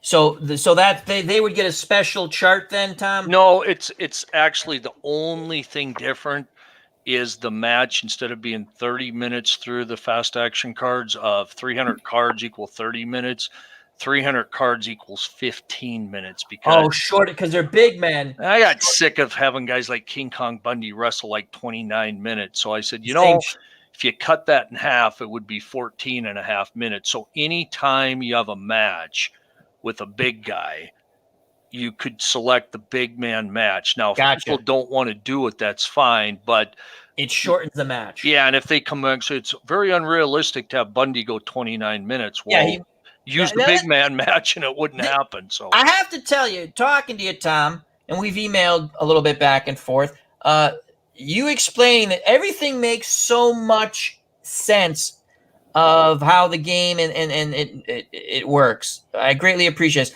Okay. Well, again, I don't want to go through all. Let me just pick out a few. My favorite, the Lights Out match. That was.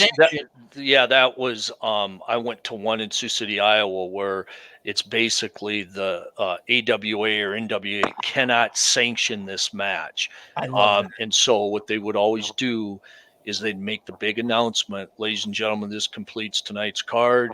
This next match is not sanctioned by the NWA. Yeah. It will be fought under lights out, non-sanctioned rules. And they would actually dim the lights. Yes, the game goes dark and comes. I remember the first time I did, I thought I broke the game, and I was like, "Oh, that's so cool." It was a staple in Florida in the 70s. Yes. That they would use this match. And yes. I think it was Eddie Graham that started it, the lights out match. And some guys were just lights out in the lights out matches. You know, these matches were used to settle scores.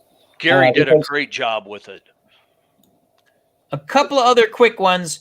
What's the United Kingdom match? It's at the very bottom. That's a European match. That was put in version 2. We had a gamer who lives across the pond who said, you know, it'd be really cool if you could somehow do European matches, which I knew a little bit about. And Gary took it as a personal challenge, and he implemented the rules and the round system that they have over there. Yeah, and singles play in the UK, they have rounds because they need to get the commercials in when they would show the matches on British television. So they'd have 5-minute rounds. Occasionally, they would have 3-minute rounds, and sometimes they go. The main idea was to go 6 5-minute rounds, and usually a round ended if somebody got pinned, but it was usually some sort of best 2 out of 3. Okay. Anyway, those are lots of match types, and I could talk about them all day, but I don't want to keep these guys on until 3 a.m. They'll never come back.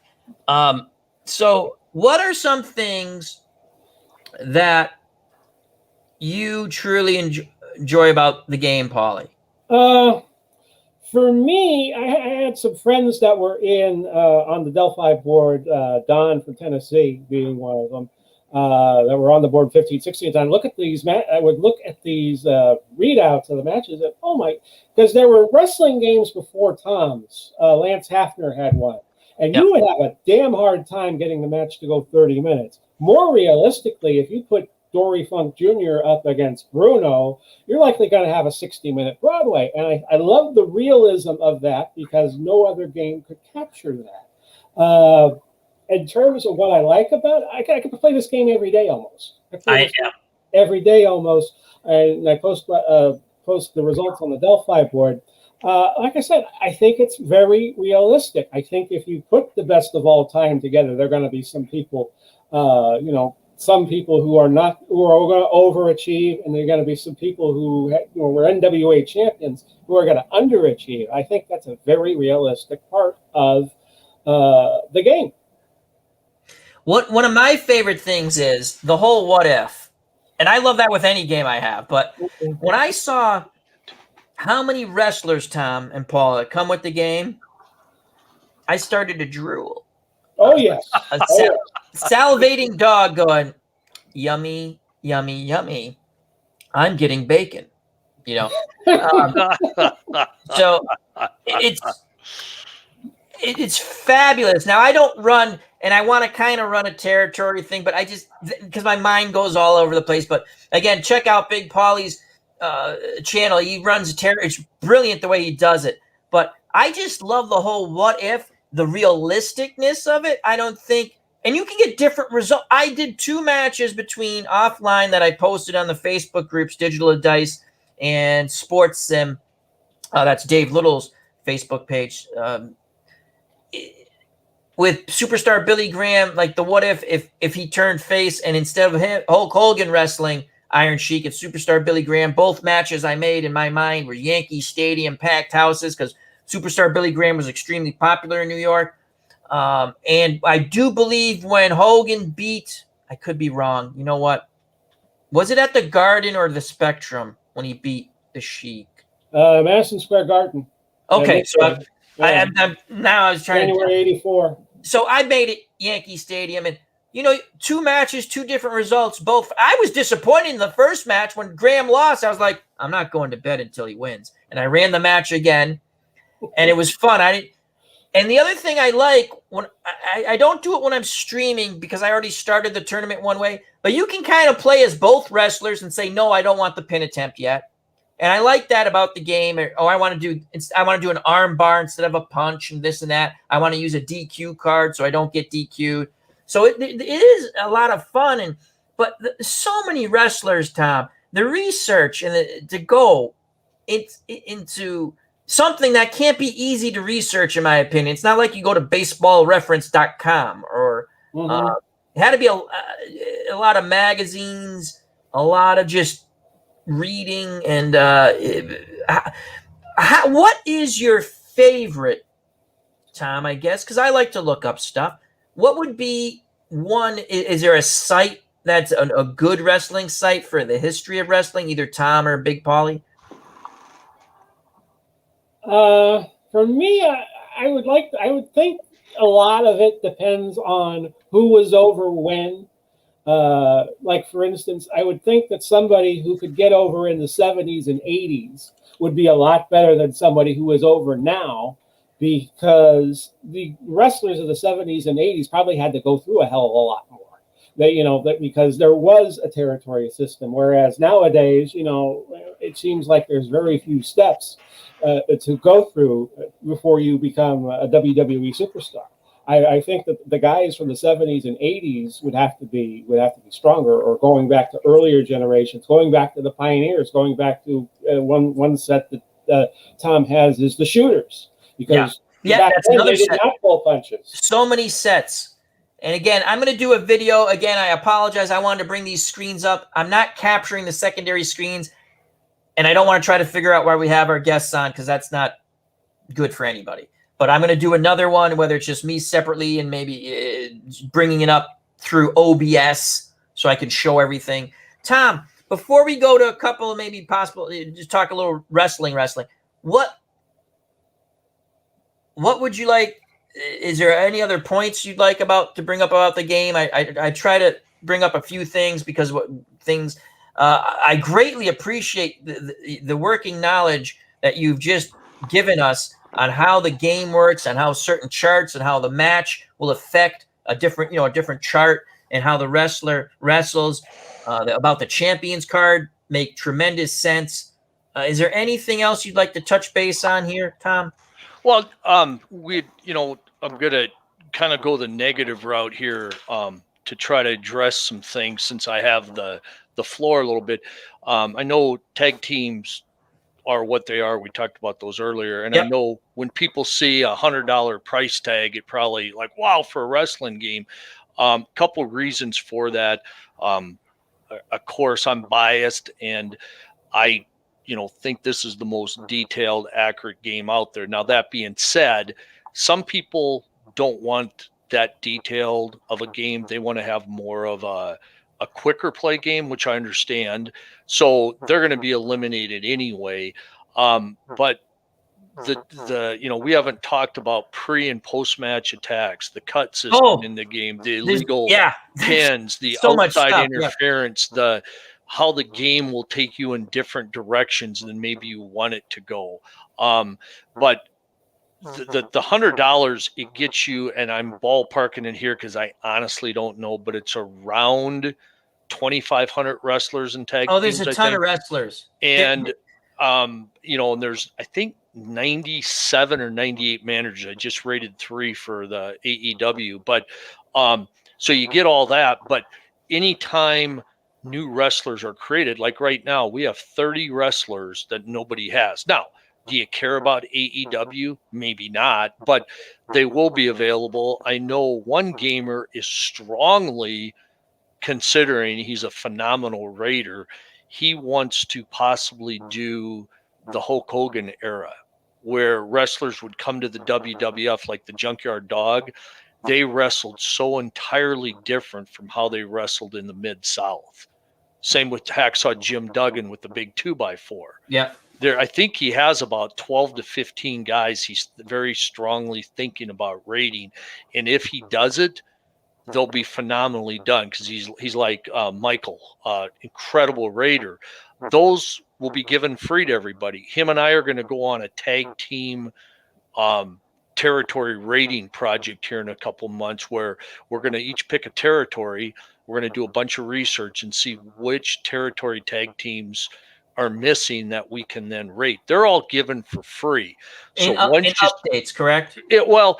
updates we offer, like we did a version 3, and Gary and I, the computer guy, we had a disagreement, a friendly one. I thought there was so much stuff in it. We should have maybe charged a little bit more. Gary thought, no, let's keep it for everybody. Let's just make it $20. And I still think this was the best $20 deal in our wrestling game history.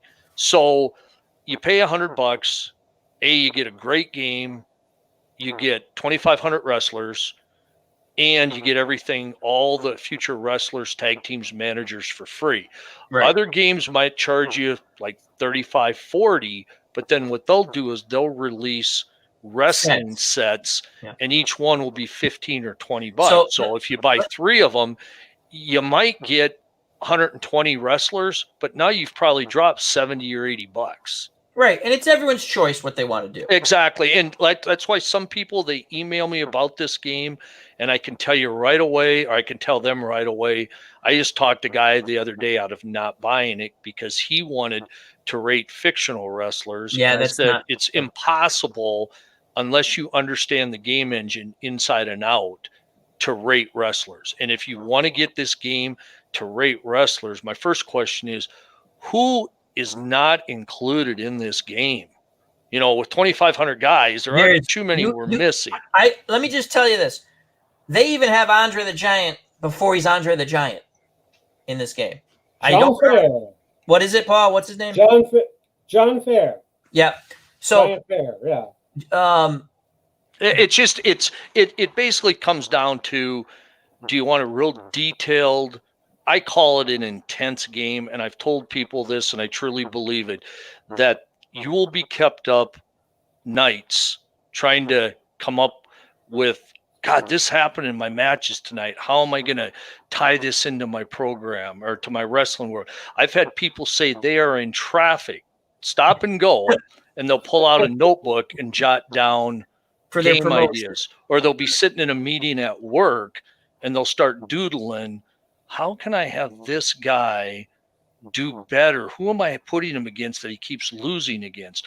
I've had people call me late at night and say, Tom, I had to tell somebody about this great match I had. So it is an intense game. Some people don't want that. They just want to have the results, be done with it, and move on. You're not going to get that with this game, which, again, good or bad, that's the way it is. That being said, Tom, the game is very fun. Again, to me it flows. I'm all about flow. I enjoy it, and the things that happen, the old woman attacking, so it's great stuff. Quick question for you, Tom and Paul, and then we'll start wrapping it up. How, if someone wanted to do a promotion like Paul, like a territory, because again, I'm not doing that. I'm not quite sure. Can I come up, besides just making it up in my head, is there a way, and if there isn't, I was just curious about this, to say this is like my sort of storyline I want to go with? Can you, or is it just you going, what I'm saying? No, 100%. You can start, as my brother and I always call it, a thesis statement. What are you trying? What do you want to do? What are you trying to accomplish? And I'll give you a quick example. Excellent. Years ago, I was running the Mid-South, and I wanted Jake Roberts to be my big heel. Okay. First match, got disqualified. That's okay. The next 2 matches, he gets pinned. I go, what's going on? So I go to the next match, he gets pinned again. And I thought, man, he's got a really good rating. What am I going to do now? The big guy who's going to have all my angles and storylines around sucked. So I said, Jake Roberts now is going to become like a mercenary, bounty hunter, bodyguard, whatever. I had to go a whole different direction, and it worked great because now Jake was my enforcer, and that slowly got him back into angles, and then he started performing the way I thought he should. So sometimes your idea doesn't work out, but you just have to use, okay, what can I take that the game gave me? So you used, I just want to understand, with Jake the Snake, did you use bounty matches? Yeah, I use Gotcha. I use bounty matches, but I also used them like I put them in a stable with a couple other guys. So whenever those guys called outside help and it said ally comes to ring and performs a specialty move on opponent, which allows wrestler to pin him, that was Jake Roberts, the guy running in. Thus giving him heat. And his stablemate won the title. So whenever somebody wanted a title match, they had to beat Jake Roberts first. They had to go through. Excellent. So in Pauly, same stuff Pauly does is, sometimes you don't get the results you want, but you have to work with it. Kind of like you saying you weren't going to go to bed till Superstar Billy Graham got a win. I wasn't going to bed. Al, you got a real obsession with Superstar Billy Graham, I have to say. Here's the thing, and I like it. It's just you like this guy. And again, would you like to come back on another time, Tom? I'd love to. This has been a lot of fun, guys. Okay. And I apologize to your wife already. I'm Why? sorry. She's mad. No, that's fine. It Okay. doesn't matter, Al. And we're gonna go just a little more, just because I want to talk about Superstar Billy Graham. And Teresa's probably in the other room going, "Thank God he's gonna talk to someone else besides me about Superstar Billy Graham." So she thanks you. And tomorrow, I'm hoping what do you say, Paul? If the good Lord, the creek doesn't rise, I like that little. Yeah, it's Ted Webb used to say that all the time. Who was a radio DJ down here for the local stations, just passed away, and he had his own wrestling game, by the way, back in the '70s with the NWA. He had a card game that he had. It was very popular around, say, about the mid '70s. And he was also a former wrestling manager in the Indies in Tampa. But it's if the Lord is willing and if the creek doesn't rise. So if that, and we hope that is correct, hopefully I'll be on tomorrow with Dave Little at some time to just talk wrestling in general, because I'm into wrestling again a little bit. And so Superstar Billy Graham, I remembered, again, being from the Northeast, what I watched, because it was on WWF, obviously. I was a big Bruno Sam. And again, this is at the end of his run, and my dad had all those magazines, so I read about, he was always on the magazines, this and that. So I obviously didn't like Superstar Billy Graham because this, he beats Bruno. And the match is on TV, on YouTube, excuse me. It's, again, a different type of match. Bruno was not Bruno, he wanted an end to his run. Like I can listen to him and Superstar Billy Graham talk for hours about, and I'll share a few things that you guys probably already heard. But anyway, my whole thing with Superstar Billy Graham, listening to great promos, unbelievable promos, the best. There's other, Ric Flair, this and that, but I'm saying I really love Superstar Billy Graham's promos. But I like listening to on YouTube, finding just these old school grapplers talking about the business and their insight to it. And one of the things was I came across, and I talked to Tom and Pauly before we came online. I said, a promo, Superstar Billy Graham had lost the title to Backlund. And Backlund was wrestling, I want to say Koloff or something. And Superstar Billy Graham did a promo where he was basically, I don't care who I wrestle, I just want to win this title. And it was like basically an angry face promo, in my opinion. And it was so much fun. And I went, man, they should have turned him face. And I just started looking up stuff on there. And you can find the interviewer with Superstar Billy Graham doing an interview with someone. And they go, did you ever pitch it? He goes, yeah, I pitched it to Vince McMahon Sr. that you should let me turn face, and I'll be the biggest face since Bruno Sammartino. The only person bigger would be Bruno.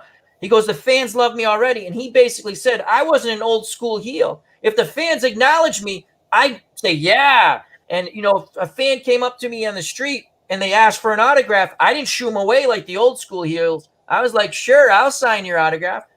And the fans took to him. So I've done it with like the Fire Pro Wrestling. I teamed him and Bruno together, because I thought, how cool would this have been? Right. Where Superstar Billy Graham, like he said, that heel turn. His partner turns on him. They just beat the living bejesus out of him. And for some reason, Bruno's at ringside, like say he's doing the commentary, and he decides he's had enough. And he just doesn't like that. They're all gang up. And he goes in and he helps them. They don't shake hands then. They kind of like look at each other and leave the ring.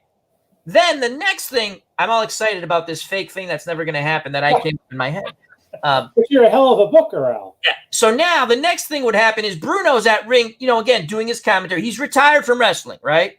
The whole shit. And now he gets blind, like he's doing an interview, and these guys, they come out and they blindside him. They throw him in the ring. They're kicking the crap out of him. And the crowd's going nuts. And, and here comes superstar Billy Graham. And he comes into the ring. And so it's Bruno and Graham, and they clean house about 5 bad guys, 5 heels. And then they look at each other. And it's not Bruno who extends the hand. It's superstar Billy Graham. And Bruno reluctantly shakes it. Bam! There you got your mega tag team. Let's go out and destroy all the bad guys. Let's go. They didn't turn Graham face until Florida in '84. Yeah, when he was older. Yes, they waited way too long to turn him face. When he came back to the WWE, he was a face, I believe. He was shaved head, and I liked him, and he still did good promos.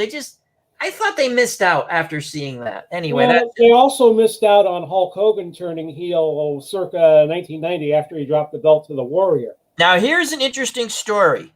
Hulk Hogan, again, you guys, Tom, you probably can give more insight. So Hulk Hogan was in AEWA, correct? Minneapolis area. He was in AWA for a bit, you're right, but he was in the NWA territories before then. Yeah. He wrestled in Georgie, came up as Sterling Golden. Yep. As kind of a muscle guy, and his big move was I think it was called the Golden Squeeze Bear Hug. He became very, very popular in the AWA, and Vern Gagne did not like having non-wrestlers hold the title, and he wasn't going to put the belt on Hogan, or at least it was going to be a long time. And that's when Vince came calling and said, Hulk, here's my plan. And Hulk, and I think Mean Gene and Dr. Dave Schultz, a lot of them jumped almost at the same time. Yeah. Here's the thing. Again, it's correct, and I'm sure you guys are more knowledgeable about that. I came across Greg Gagne, Vern Gagne's son, correct? Yes. There's an interview on YouTube. It was very fascinating to me because, again, I like the business of it. And, again, you're getting one side of the story, but it's still fascinating to me, where he said they had a thing that they were going to do with Hulk Hogan. Now, whether true or not, I don't know, because then I came across what Tom just said, where Vern wanted like a legit guy who could wrestle to be the champ. But he said they were coming up with this Hulk Hogan shtick, and Eric Bishop turned around and told Vince McMahon what they're going to do, because he was talking to Eric Bishop just out of talk, like Eric Bishop did some something. Again, I could have that wrong, but he was involved there, very low level, and he was just talking to Eric Bishop because they're shooting the poop, right? He went, I don't know how true it is, but he basically said Bishop basically fed the idea or said what they're going to do with Hulk Hogan. And that's when Vince came in, took Hulk Hogan, was already in the process probably, and then basically stole their idea. Bischoff really doesn't hit the scene in the AWA till about right before they go out of business, 1990. See, that's what I mean. I don't know because I'm just listening to the story. And he said Bishop was a low level, you know what I mean? It's just someone. He was the guy selling, when Hogan turned heel in '96, and he said, "Well, Eric Bischoff was selling meat out of his car in the 1980s before he ever thought getting into the business." That's from what I have heard. That's pretty much true. Yeah. So these are fascinating stories to me. The other thing I came across, and we'll stop in a little bit. Okay, there was Kern and Stan Lane. Oh God, fabulous ones. Fabulous ones. Did you ever? I came because I'm going through all these things on YouTube. They had a feud with the Road Warriors. The backstory of that is absolutely incredible. Tommy, have you heard about? Did you know about the backstory? A little bit, but it's been a while, so refresh me. Okay, I'd love to. And Teresa's happy because I won't be telling her for the 800th time. What happened was the Road Warriors were built out of Chicago, but they're really from the Minneapolis area. Eddie Sharkey, yep. Yep. And they were bouncers at a popular rest bar, we'll say, nightclub, I don't know. And all their friends and family were at this event, and they're supposed to sell the Fabulous Ones, and they come in the ring. You can find the match on YouTube. I keep saying TV. Watch the interview first and then go to the match. You can kind of pick up on now the interview, because they're older and they're talking about it. You have to watch for the subtleties of it when you watch the match, but it is the way it goes down. So Hawk turns around and says, "We're not doing when the ref is bringing them together and they're doing, how they used to go check for foreign objects and all that stuff, right? Right. Yep. Hello, Nurse Teresa. Hello. Hey, See, nurse. I'm getting my wrestling talk out now, so when we're laying, sleeping, I don't wake you up at 3 a.m. and go, let me tell you more about superstar Billy Graham. So the thank you. I think I know more. It is a nightly thing. God bless her. She's an angel. So he says, we're not doing the finish. So Stan Lane goes, he kind of looks and was Animals, the other guy, kind of goes. Turned into a shoot. They probably thought they could take him. So now Kern, who's chewing gums, not paying attention, he went, what? Animal interprets, and this part of the story was exactly, he goes, he interpreted as, what? And you can see he kind of pushes them a little hard. And so now they start going through the match. The Fabulous Ones start saying, Kern especially goes, I'm letting him gorilla press me and slam me and gorilla press. And each time he's doing it harder and harder. And you watch the match and you can kind of see it looks like a little hard. And they're not selling at all, meaning they're supposed to put us over. We've put them over. They're not going to do it. Or especially Hawk is not doing it, right? Stan and Animal, I think his name was Joe. Joe Laurinaitis. Yeah, and his brother is actually with the WWE as a bigwigs now. Yeah, it was Johnny Ace in the ring, and he became, you're right. So anyway, they're kind of working the match like they're supposed to when they're in the ring. But Hawk, and again, it's not like they're hauling off when Hawk's in the ring, but you see a little subtle differences, right? Oh. So finally, Kern goes, you got to use your head sometimes, right? So I make the tag out, and now Lane's supposed to make his comeback, this and that. Well, against Joe, he does. When Hawk comes in, he doesn't really sell it, and then he starts, laying into him a little bit. And again, it didn't look horrible. But what Kern said was he went out of the ring and grabbed a chair. He goes, you got to use your head, right?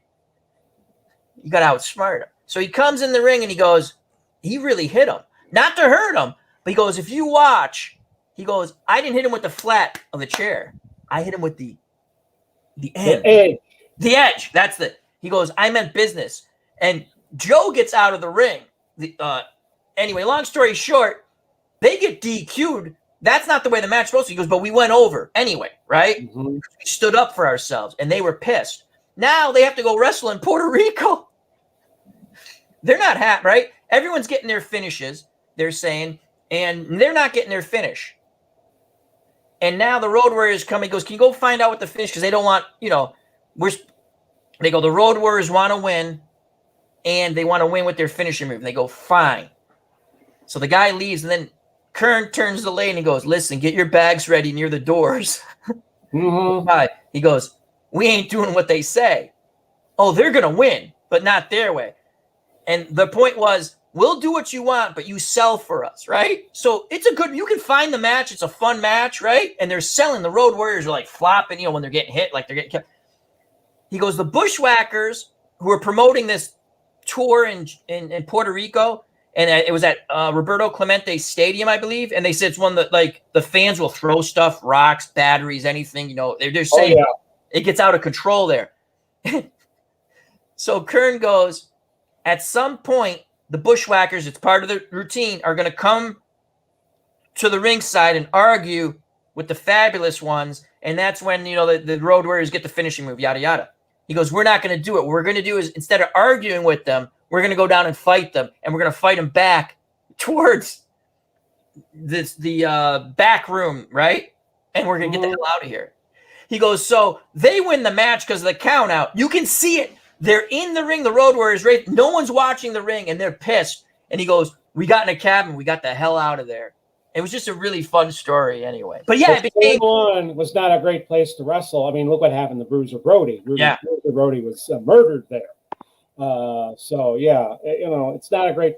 It wasn't a great place. I imagine they paid well, and that's why they got people to go. But no, San Juan, that's kind of a place where wrestlers go to die. And not in a literal sense with Bruiser, but I mean... Yeah, if their career is in bad shape, that's probably where they want to go. But it was interesting because I didn't even know the Bushwhackers were. They were known as the sheep herders back then, right? And then they were the Bushwhackers, right. And they got. But I didn't know they were promoters, and it was funny because they were saying how they're going, no man, this isn't the way it's supposed to go. They kept telling them, no, get back there, because they were supposed to work 3 more shows there against the sheep herders or Bushwhackers, whatever the hell they were called it, and they never went back because they knew they couldn't go back. And they said, he goes, have you talked? Were they mad? He goes, yeah. Hawk showed up pounding on my door before we left, going, come out here. And he goes, I'm not going to come out here. You're going to try to kick my ass, right? And he goes, just leave. I'm going to call security. He goes, we didn't talk for a few years. And then after a couple of years, they understood the whole business of selling. And because he goes, they only knew certain things at that time, the power slam, and they're going to bash you with a punch or a clothesline and stuff like that. Anyway, the Roadies they were very good at, but yes, they kind of like Hulk Hogan. He had a very limited repertoire of moves. Same thing with the Road Warriors. They could do a few things, and they could do them very, very well, but you're not going to have a technical wrestling match with them. But those are some of the fun things I found out that other wrestling fans might already know. And it's really fun. And I have to say, I have to thank Pauly and Tom for getting me back into something that I enjoyed so much as a kid. And this game has got me back into that. There's other wrestling games I have and I enjoy. And they're all fun. And play the games you want to play. I do like this game. I think it was worth the value. Absolutely. With that... Al, before I forget, I want to make sure everybody out there who might ever be interested in the game, we do offer the demo version. Yes. It's the full game version. The only thing you're lacking, I think you get 4 wrestlers and 4 tag teams, so you get a chance to play around with it. I really want people to ask questions as they play it, because a lot of people don't really want to take the time to, they're excited, they want to try it, so they sometimes miss out some of the features the game has. But love for them to ask questions. If they decide then they want to purchase the game, then they get all the wrestler sets. Right. And the free demo, how would they get that? They contact you, correct? They contact me. Can I give them my email address right now? Absolutely. What I'm going to do is put it in the chat, so you can give it. You can say it out, and then I'm going to put it in the chat. Okay. It's one word, all lowercase. Tommy, Tommy, initial V as in Victor, 33 at att.net. And how it works is, if they want to just send me I send them the download link. They download it, the sample wrestlers, they play it. There's no time limit. They can keep it forever. Ask questions, and if they decide they want to order, they just let me know, and then I go through that process with them. Excellent. Hold on, I'm going to bring up the site, and because it's Al Red Sox fan, and I'm all over the place, we got to click back here. Okay. Bear with me a moment, and we'll just bring up the site, and that is also a link provided in the chat and on the page, and they can contact you from there also, correct? Because there's a thing that says contact us. Did we lose Tom? Nope, I'm here. Sorry. Oh, okay, sorry. Let's go Chrome. Let's go here and share. And hopefully that popped up correctly. Perfect. So let's look on my end. And the other thing to do also is if somebody, I don't know the link, but if you just type Delphi, DELPHI forums, Wrestling's Finest, it takes you to our Delphi forum page, and you guys can actually read Pauly's Grand Slam promotion. Very well done. It's very organized. I like how he gives the match result, and then underneath it he gives like a sentence or two just describing what happened. It's to the point. It says this is a huge win for him. It will move him up. Or he'll say this match didn't pan out like I was hoping, whatever. But he has a very, very good replay going there. Yes, I love listening to him talk about it. And I believe this is the correct email right here. Tommy V33. Perfect. att.net. And there it is. That's how you can contact Tom. And so before we leave, one last thing, we'll leave this up. So if you want to contact Tom regarding a free demo of the game, Tommy V33 at att.net. One last thing.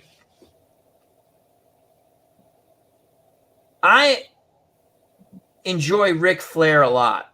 He's one of my favorite wrestlers to watch. And people say it's the same match. I don't care. It's entertaining to me. But it's not in the Superstar Billy Graham category. Superstar Billy Graham, he's a different style wrestler. No, I'm talking the one you like. Oh, I like Superstar Billy Graham. I know. I'm a big Superstar fan. I don't think I've ever met someone who's liked Superstar Billy Graham as much as Al. He did write a book not too long ago, about a decade and a half ago. I've read it. How was it? Good book? I think he put himself over a little too much. But details.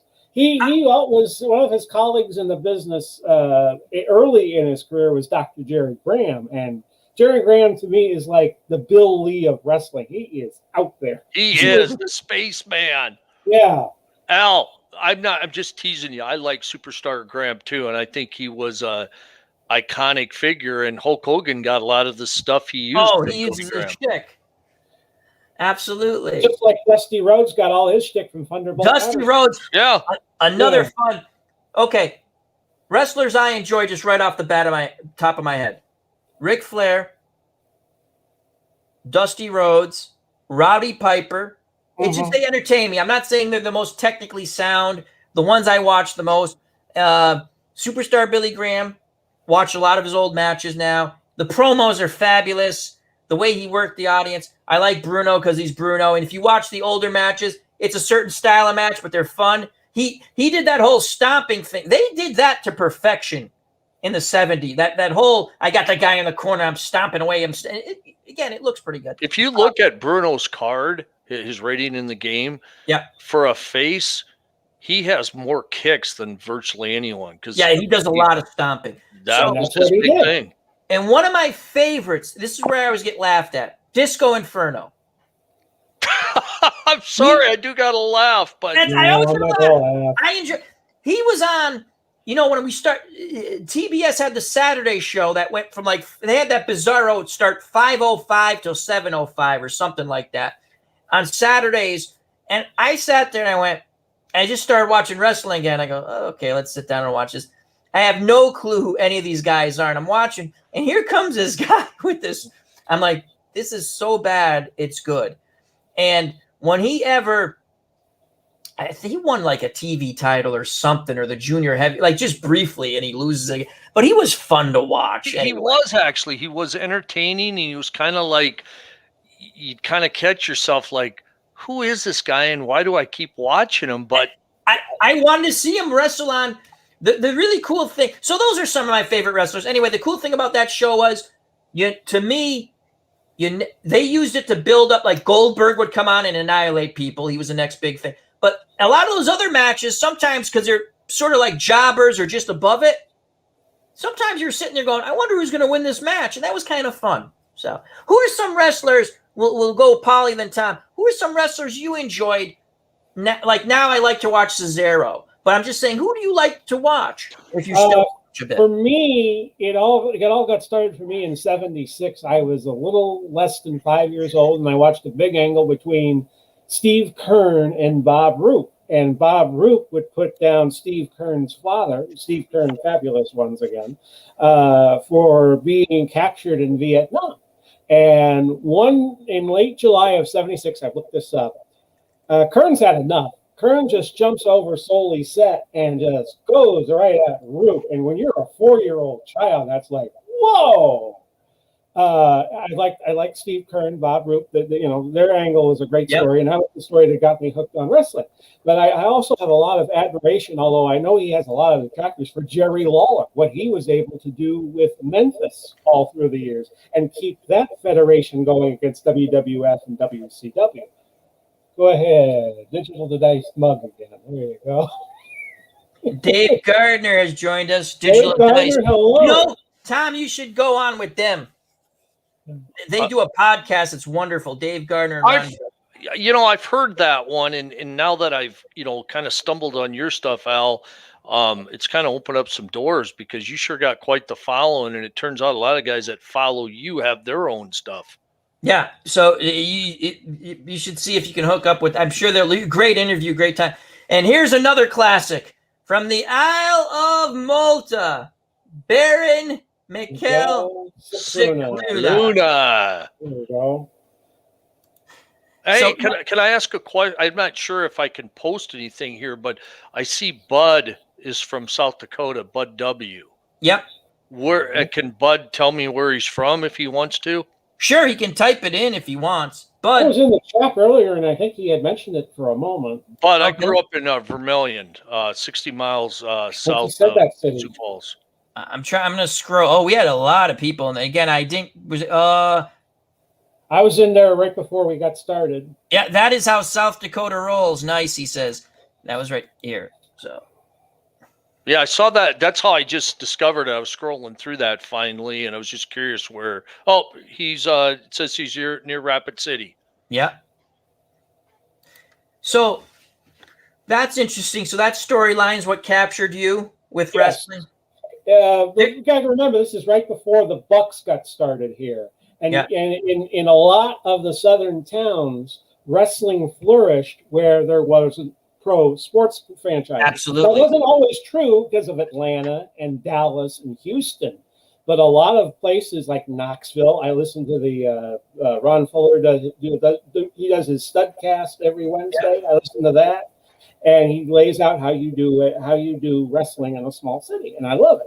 But Knoxville, where the University of Tennessee It is a is, fascinating. and- It is a fascinating. I don't know if science is the right word to it, but how they did small cities different than just like you had to run certain types of shows. I listened to there's a documentary where this guy did a bunch of small documentaries on territories, and then he put them all together. I just finished listening to the whole thing. It's absolutely fascinating. And we're gonna Tom. Who's some of your favorite wrestlers, Tom? I really enjoyed watching Ted DiBiase as a Oh, heel. another good one. So many good ones. I liked him in the Mid-South with the loaded glove. When I was a kid, I was deathly afraid. I was about 9 years old, and the guy did an interview, and it was at 10:30 Sunday night. I wasn't supposed to be up. Scared the living crap out of me, Ox Baker. Oh, he yes. had He said, "I'm coming to Sioux City, and eyebrows, right? yeah, and if you He get was in my way, you're gonna get the heart punch." And I'm going, "Holy cow!" And I mean, the guy scared me. Oh, Wow. Ox Baker was a scary looking dude. So I Escape kind of from New liked York, him. But, And The Price is Right. yes, He was- that's right. And and growing up with the AWA, I like the East-West connection, Adrian and Jesse. I've always been a Billy Robinson, Nick Bockwinkel fan. Because I did not see a lot of Nick Bockwinkel. I'm trying to watch some of it now. He seemed like he was in a lot of fun matches. He was just his matches. He could carry the match. He sold. Bobby Heenan added so much to it. And Bockwinkel came across as the real intelligent guy. You ham and eggers out there. He talked down to the people, but outside of the ring, phenomenal guy. Nice guy, very classy guy. I watched a shoot interview, and he was saying that one of the guys he admired most that he was very good friends with was Baron von Raschke. The Claw. The Claw. That's all the people need to know. But there's a whole bunch I like. There's also a whole bunch I couldn't stand, but some of the ones that I couldn't stand, I actually like better now after hearing more about them. When you find out their backstories and all the interesting, I have so much. Stan Hansen. Oh, definitely go to Daily Motion if you haven't seen this match. You probably Stan Hansen against Andre the Giant. It's on Daily Motion. That about a 17-minute, intro, 15-minute match about. But I never saw Andre, quote unquote, sell like that. I was like, this is fabulous. And Stan Hansen slams him. And it was so well done. Here's something, Pauly, because you've had the game a little longer, but Al, please feel free to do so too. If you want to look at something that I think's really unique for one of our ratings, look at the Stan Hansen rating in the Japan file. Okay, let me go to I still have the game up. And again, I'm not going to, because I can't get the secondary screens and that to come up, and I apologize for that. So I'm going to go to singles match and go to the Japanese master. And again, there's tremendous amount of wrestlers. Japanese master 2020. Look for Stan Hansen. And he was huge in Japan. Okay, now when you view his card and go to the specialty tab. Okay, I have the card up. I have pin ratings. Go to the right tab on the top. Should say specialty. Should be the last one over, Al. I'm not seeing that. Just click view card. Yep. And then you'll see like control and just scroll over to the right. It will say specialty. So when I go in, why does it say manager's card? Am I not biography? You should be able to just click view card under Hansen. Yeah, you know what? I clicked underneath. I have to click on top. I'm sorry. I see it. Player control specialty. I apologize for that. Right. Yep, I'm there. Go to specialty. I'm there. And look at the top move, the lariat. Yep. And look at how infrequently he applies it. It's 0, 0 to 12, I think. Mm-hmm. Now, if you look at most guys, their main specialty move is like 40 numbers, might be like 21 to like 61. Okay. The reason Hansen's only basically 13 numbers, because you go 0, 0 to 12, is when he was in Japan, he did not use the lariat that often. But when he did, look at his extra pin numbers there. It's 25, 25, 0, which makes it one of the top finishers in the game. So when he does use it, you're done. He's going to get the pin. So he's got a very unique rating. I think of any guy that has a great, if you look at Hulk Hogan, his leg drop is at least 25, 25, 0, but he does use it a lot.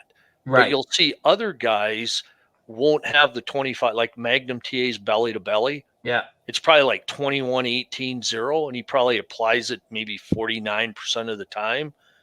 Stan's, if he lands it, he's going to pin you. And so I love that rating of Stan. I'm a huge Stan Hansen fan. One of the best books I ever read. That is another wrestler. And let's bring this. If you want to contact Tom, here's how you contact him to get a free demo of the game. TommyV33 at att.net. But yeah, that's a fabulous match.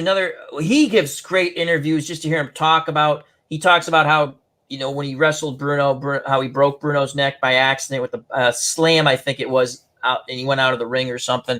But Bruno never held a grudge against him. And just thought, Problem with Stan was he had terrible eyesight. Yes, I didn't know that. I didn't either till I had watched an interview. And then, like I said, if you want to read a great wrestling book, read the Stan Hansen. I'm going to have to pick that up. Great book. Gentlemen, we're going to have our final words. And I would love to do this again.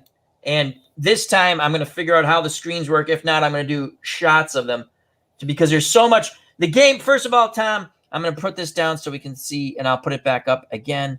Actually, I will leave it up until Tom will go we'll go, and then when I finish up. The game is so much fun, Tom. Thank you very much. It's a fabulous game. Thank you for Big Pauly. Oh, Dave Gardner. Saw Adrian lose to Pedro Morales at Boston Garden. Intercontinental title. Sleeper hold didn't work. I was pissed because Dave Gardner was an Adrian Adonis fan. Good night, Irene. Another fabulous story, and I'll just say Dan Spivey, Adrian Adonis. Look it up. Unbelievable. Yes. You don't want to mess with Dangerous Dan Spivey. That's all I'll say. So, but thank you very much, Tom, for an absolutely fabulous game. Again, contact him if you'd like. If you're interested in the game, get a free demo. And then, like Tom says, email him if you have questions. This game is, I learned so much, the in-depth of this game just right now. And there's still so much more. And hopefully we'll do it again. So, Big Pauly, tell us again what's going on with your channel. Thank you very much, Paul. I hope to have you on again. We're going to do a GSW match tomorrow night. It's going to be Dory Funk Jr. against Dick Davis Court for the world title. Nice. And Dick Davis Court is kind of like a Depression-era heelish kind of guy, but he's the top-rated guy in Portland, so he's going to get a shot at the Funker. I also do Glory Days Boxing. That's a new thing that's been added to the channel. Fun game. Oh, Anthony is tremendous. great. Anthony's tremendous. Oh, we do some OOTP and we do some Franchise Hockey Manager, and we'll be bringing HTFL back in the fall. Is Glory Days the game offered at Sideline Sports by Joe? Yes. Anthony Crooks. Heard awesome game. Is the developer of that game, good friend of mine. Met him through YouTube. He has a new set coming out soon of the junior weight classes and some modern, and I'll be previewing, I don't know if I'll get it this weekend, but sometime next week, a couple of junior middleweight fights. I have Maurice Hope, Yuri Boy Campus, and Tony Ayala Jr. But thank you for sharing that, Big Pauly. Tom, thank you very much. And thank you for having me. I really enjoyed this, Paul, and I'll appreciate you inviting me. We appreciate, and again, hats off to your customer service. Hats off for coming on here to talk about your game, being truthful about your game. I'm biased. I like the game, but again, I like the way you said it. It's not for it might not be for everyone. I think if you like wrestling, and I'm unfortunately because I don't my camera set up, I look at this. I have a bad habit. I don't look at my camera, but that's just me. It's a fun game, fabulous game, a plethora of wrestlers. There's a lot of good wrestling games out there. If you're interested in this game, I'm going to plug it a little bit. Email Tom and pick up a free demo, and then email him if you have questions. And if you have more questions, probably Big Pauly, you can answer them too. Me, I'm still learning the game, enjoy it tremendously. Tom, thank you so much. Again, Tom's email, TommyV33@att.net, and I'm going to leave that up for another second. Wrestling's Finest, so much fun, Tom. I'd love to do this again. And my suggestion, if you want, I would contact Dave Gardner and Ron Juckett. Digital Dice, best podcast out there when it comes to sports sim gaming community. It makes they have a new one up with Appa Hockey Creator. They're wonderful. So it's another avenue to get the word out there. I just like to say thank you, Tom. Thank you, Paul. Is there anything else, Tom, you'd like to leave us with? No, but again, I really enjoyed this. I'm just reading the comments here. Some pretty knowledgeable wrestling fans over here. So thank you again for having me. And Paul, I keep looking forward to your Grand Slam, and I'll be private emailing you. I want to learn more about your scoring system because it seems you're that's fabulous sticking with this one and seems to be working real well. Mm-hmm. All right. Yeah, we've gone through a few. All right, everyone. Thank you very much. I'm so happy we had a lively, fun chat. Hope you enjoyed it. I did. Thank you to Big Pauly. Thank you to Tommy Vogel, Wrestling's Finest. Check it out. To me, it's a very fun game. To Pauly, it's a very fun game. Check out Big Pauly's World of Sports Sims. Link provided on the page and farther up in the chat for both Tom Vogel's Wrestling's Finest and Big Pauly's World of Sports Sims. As everyone's saying thank you, and we'll just show it real quick. Link for Big Pauly. It's on the page, but I'll do it again. It's just, hold on, bear with me a moment. Fudge.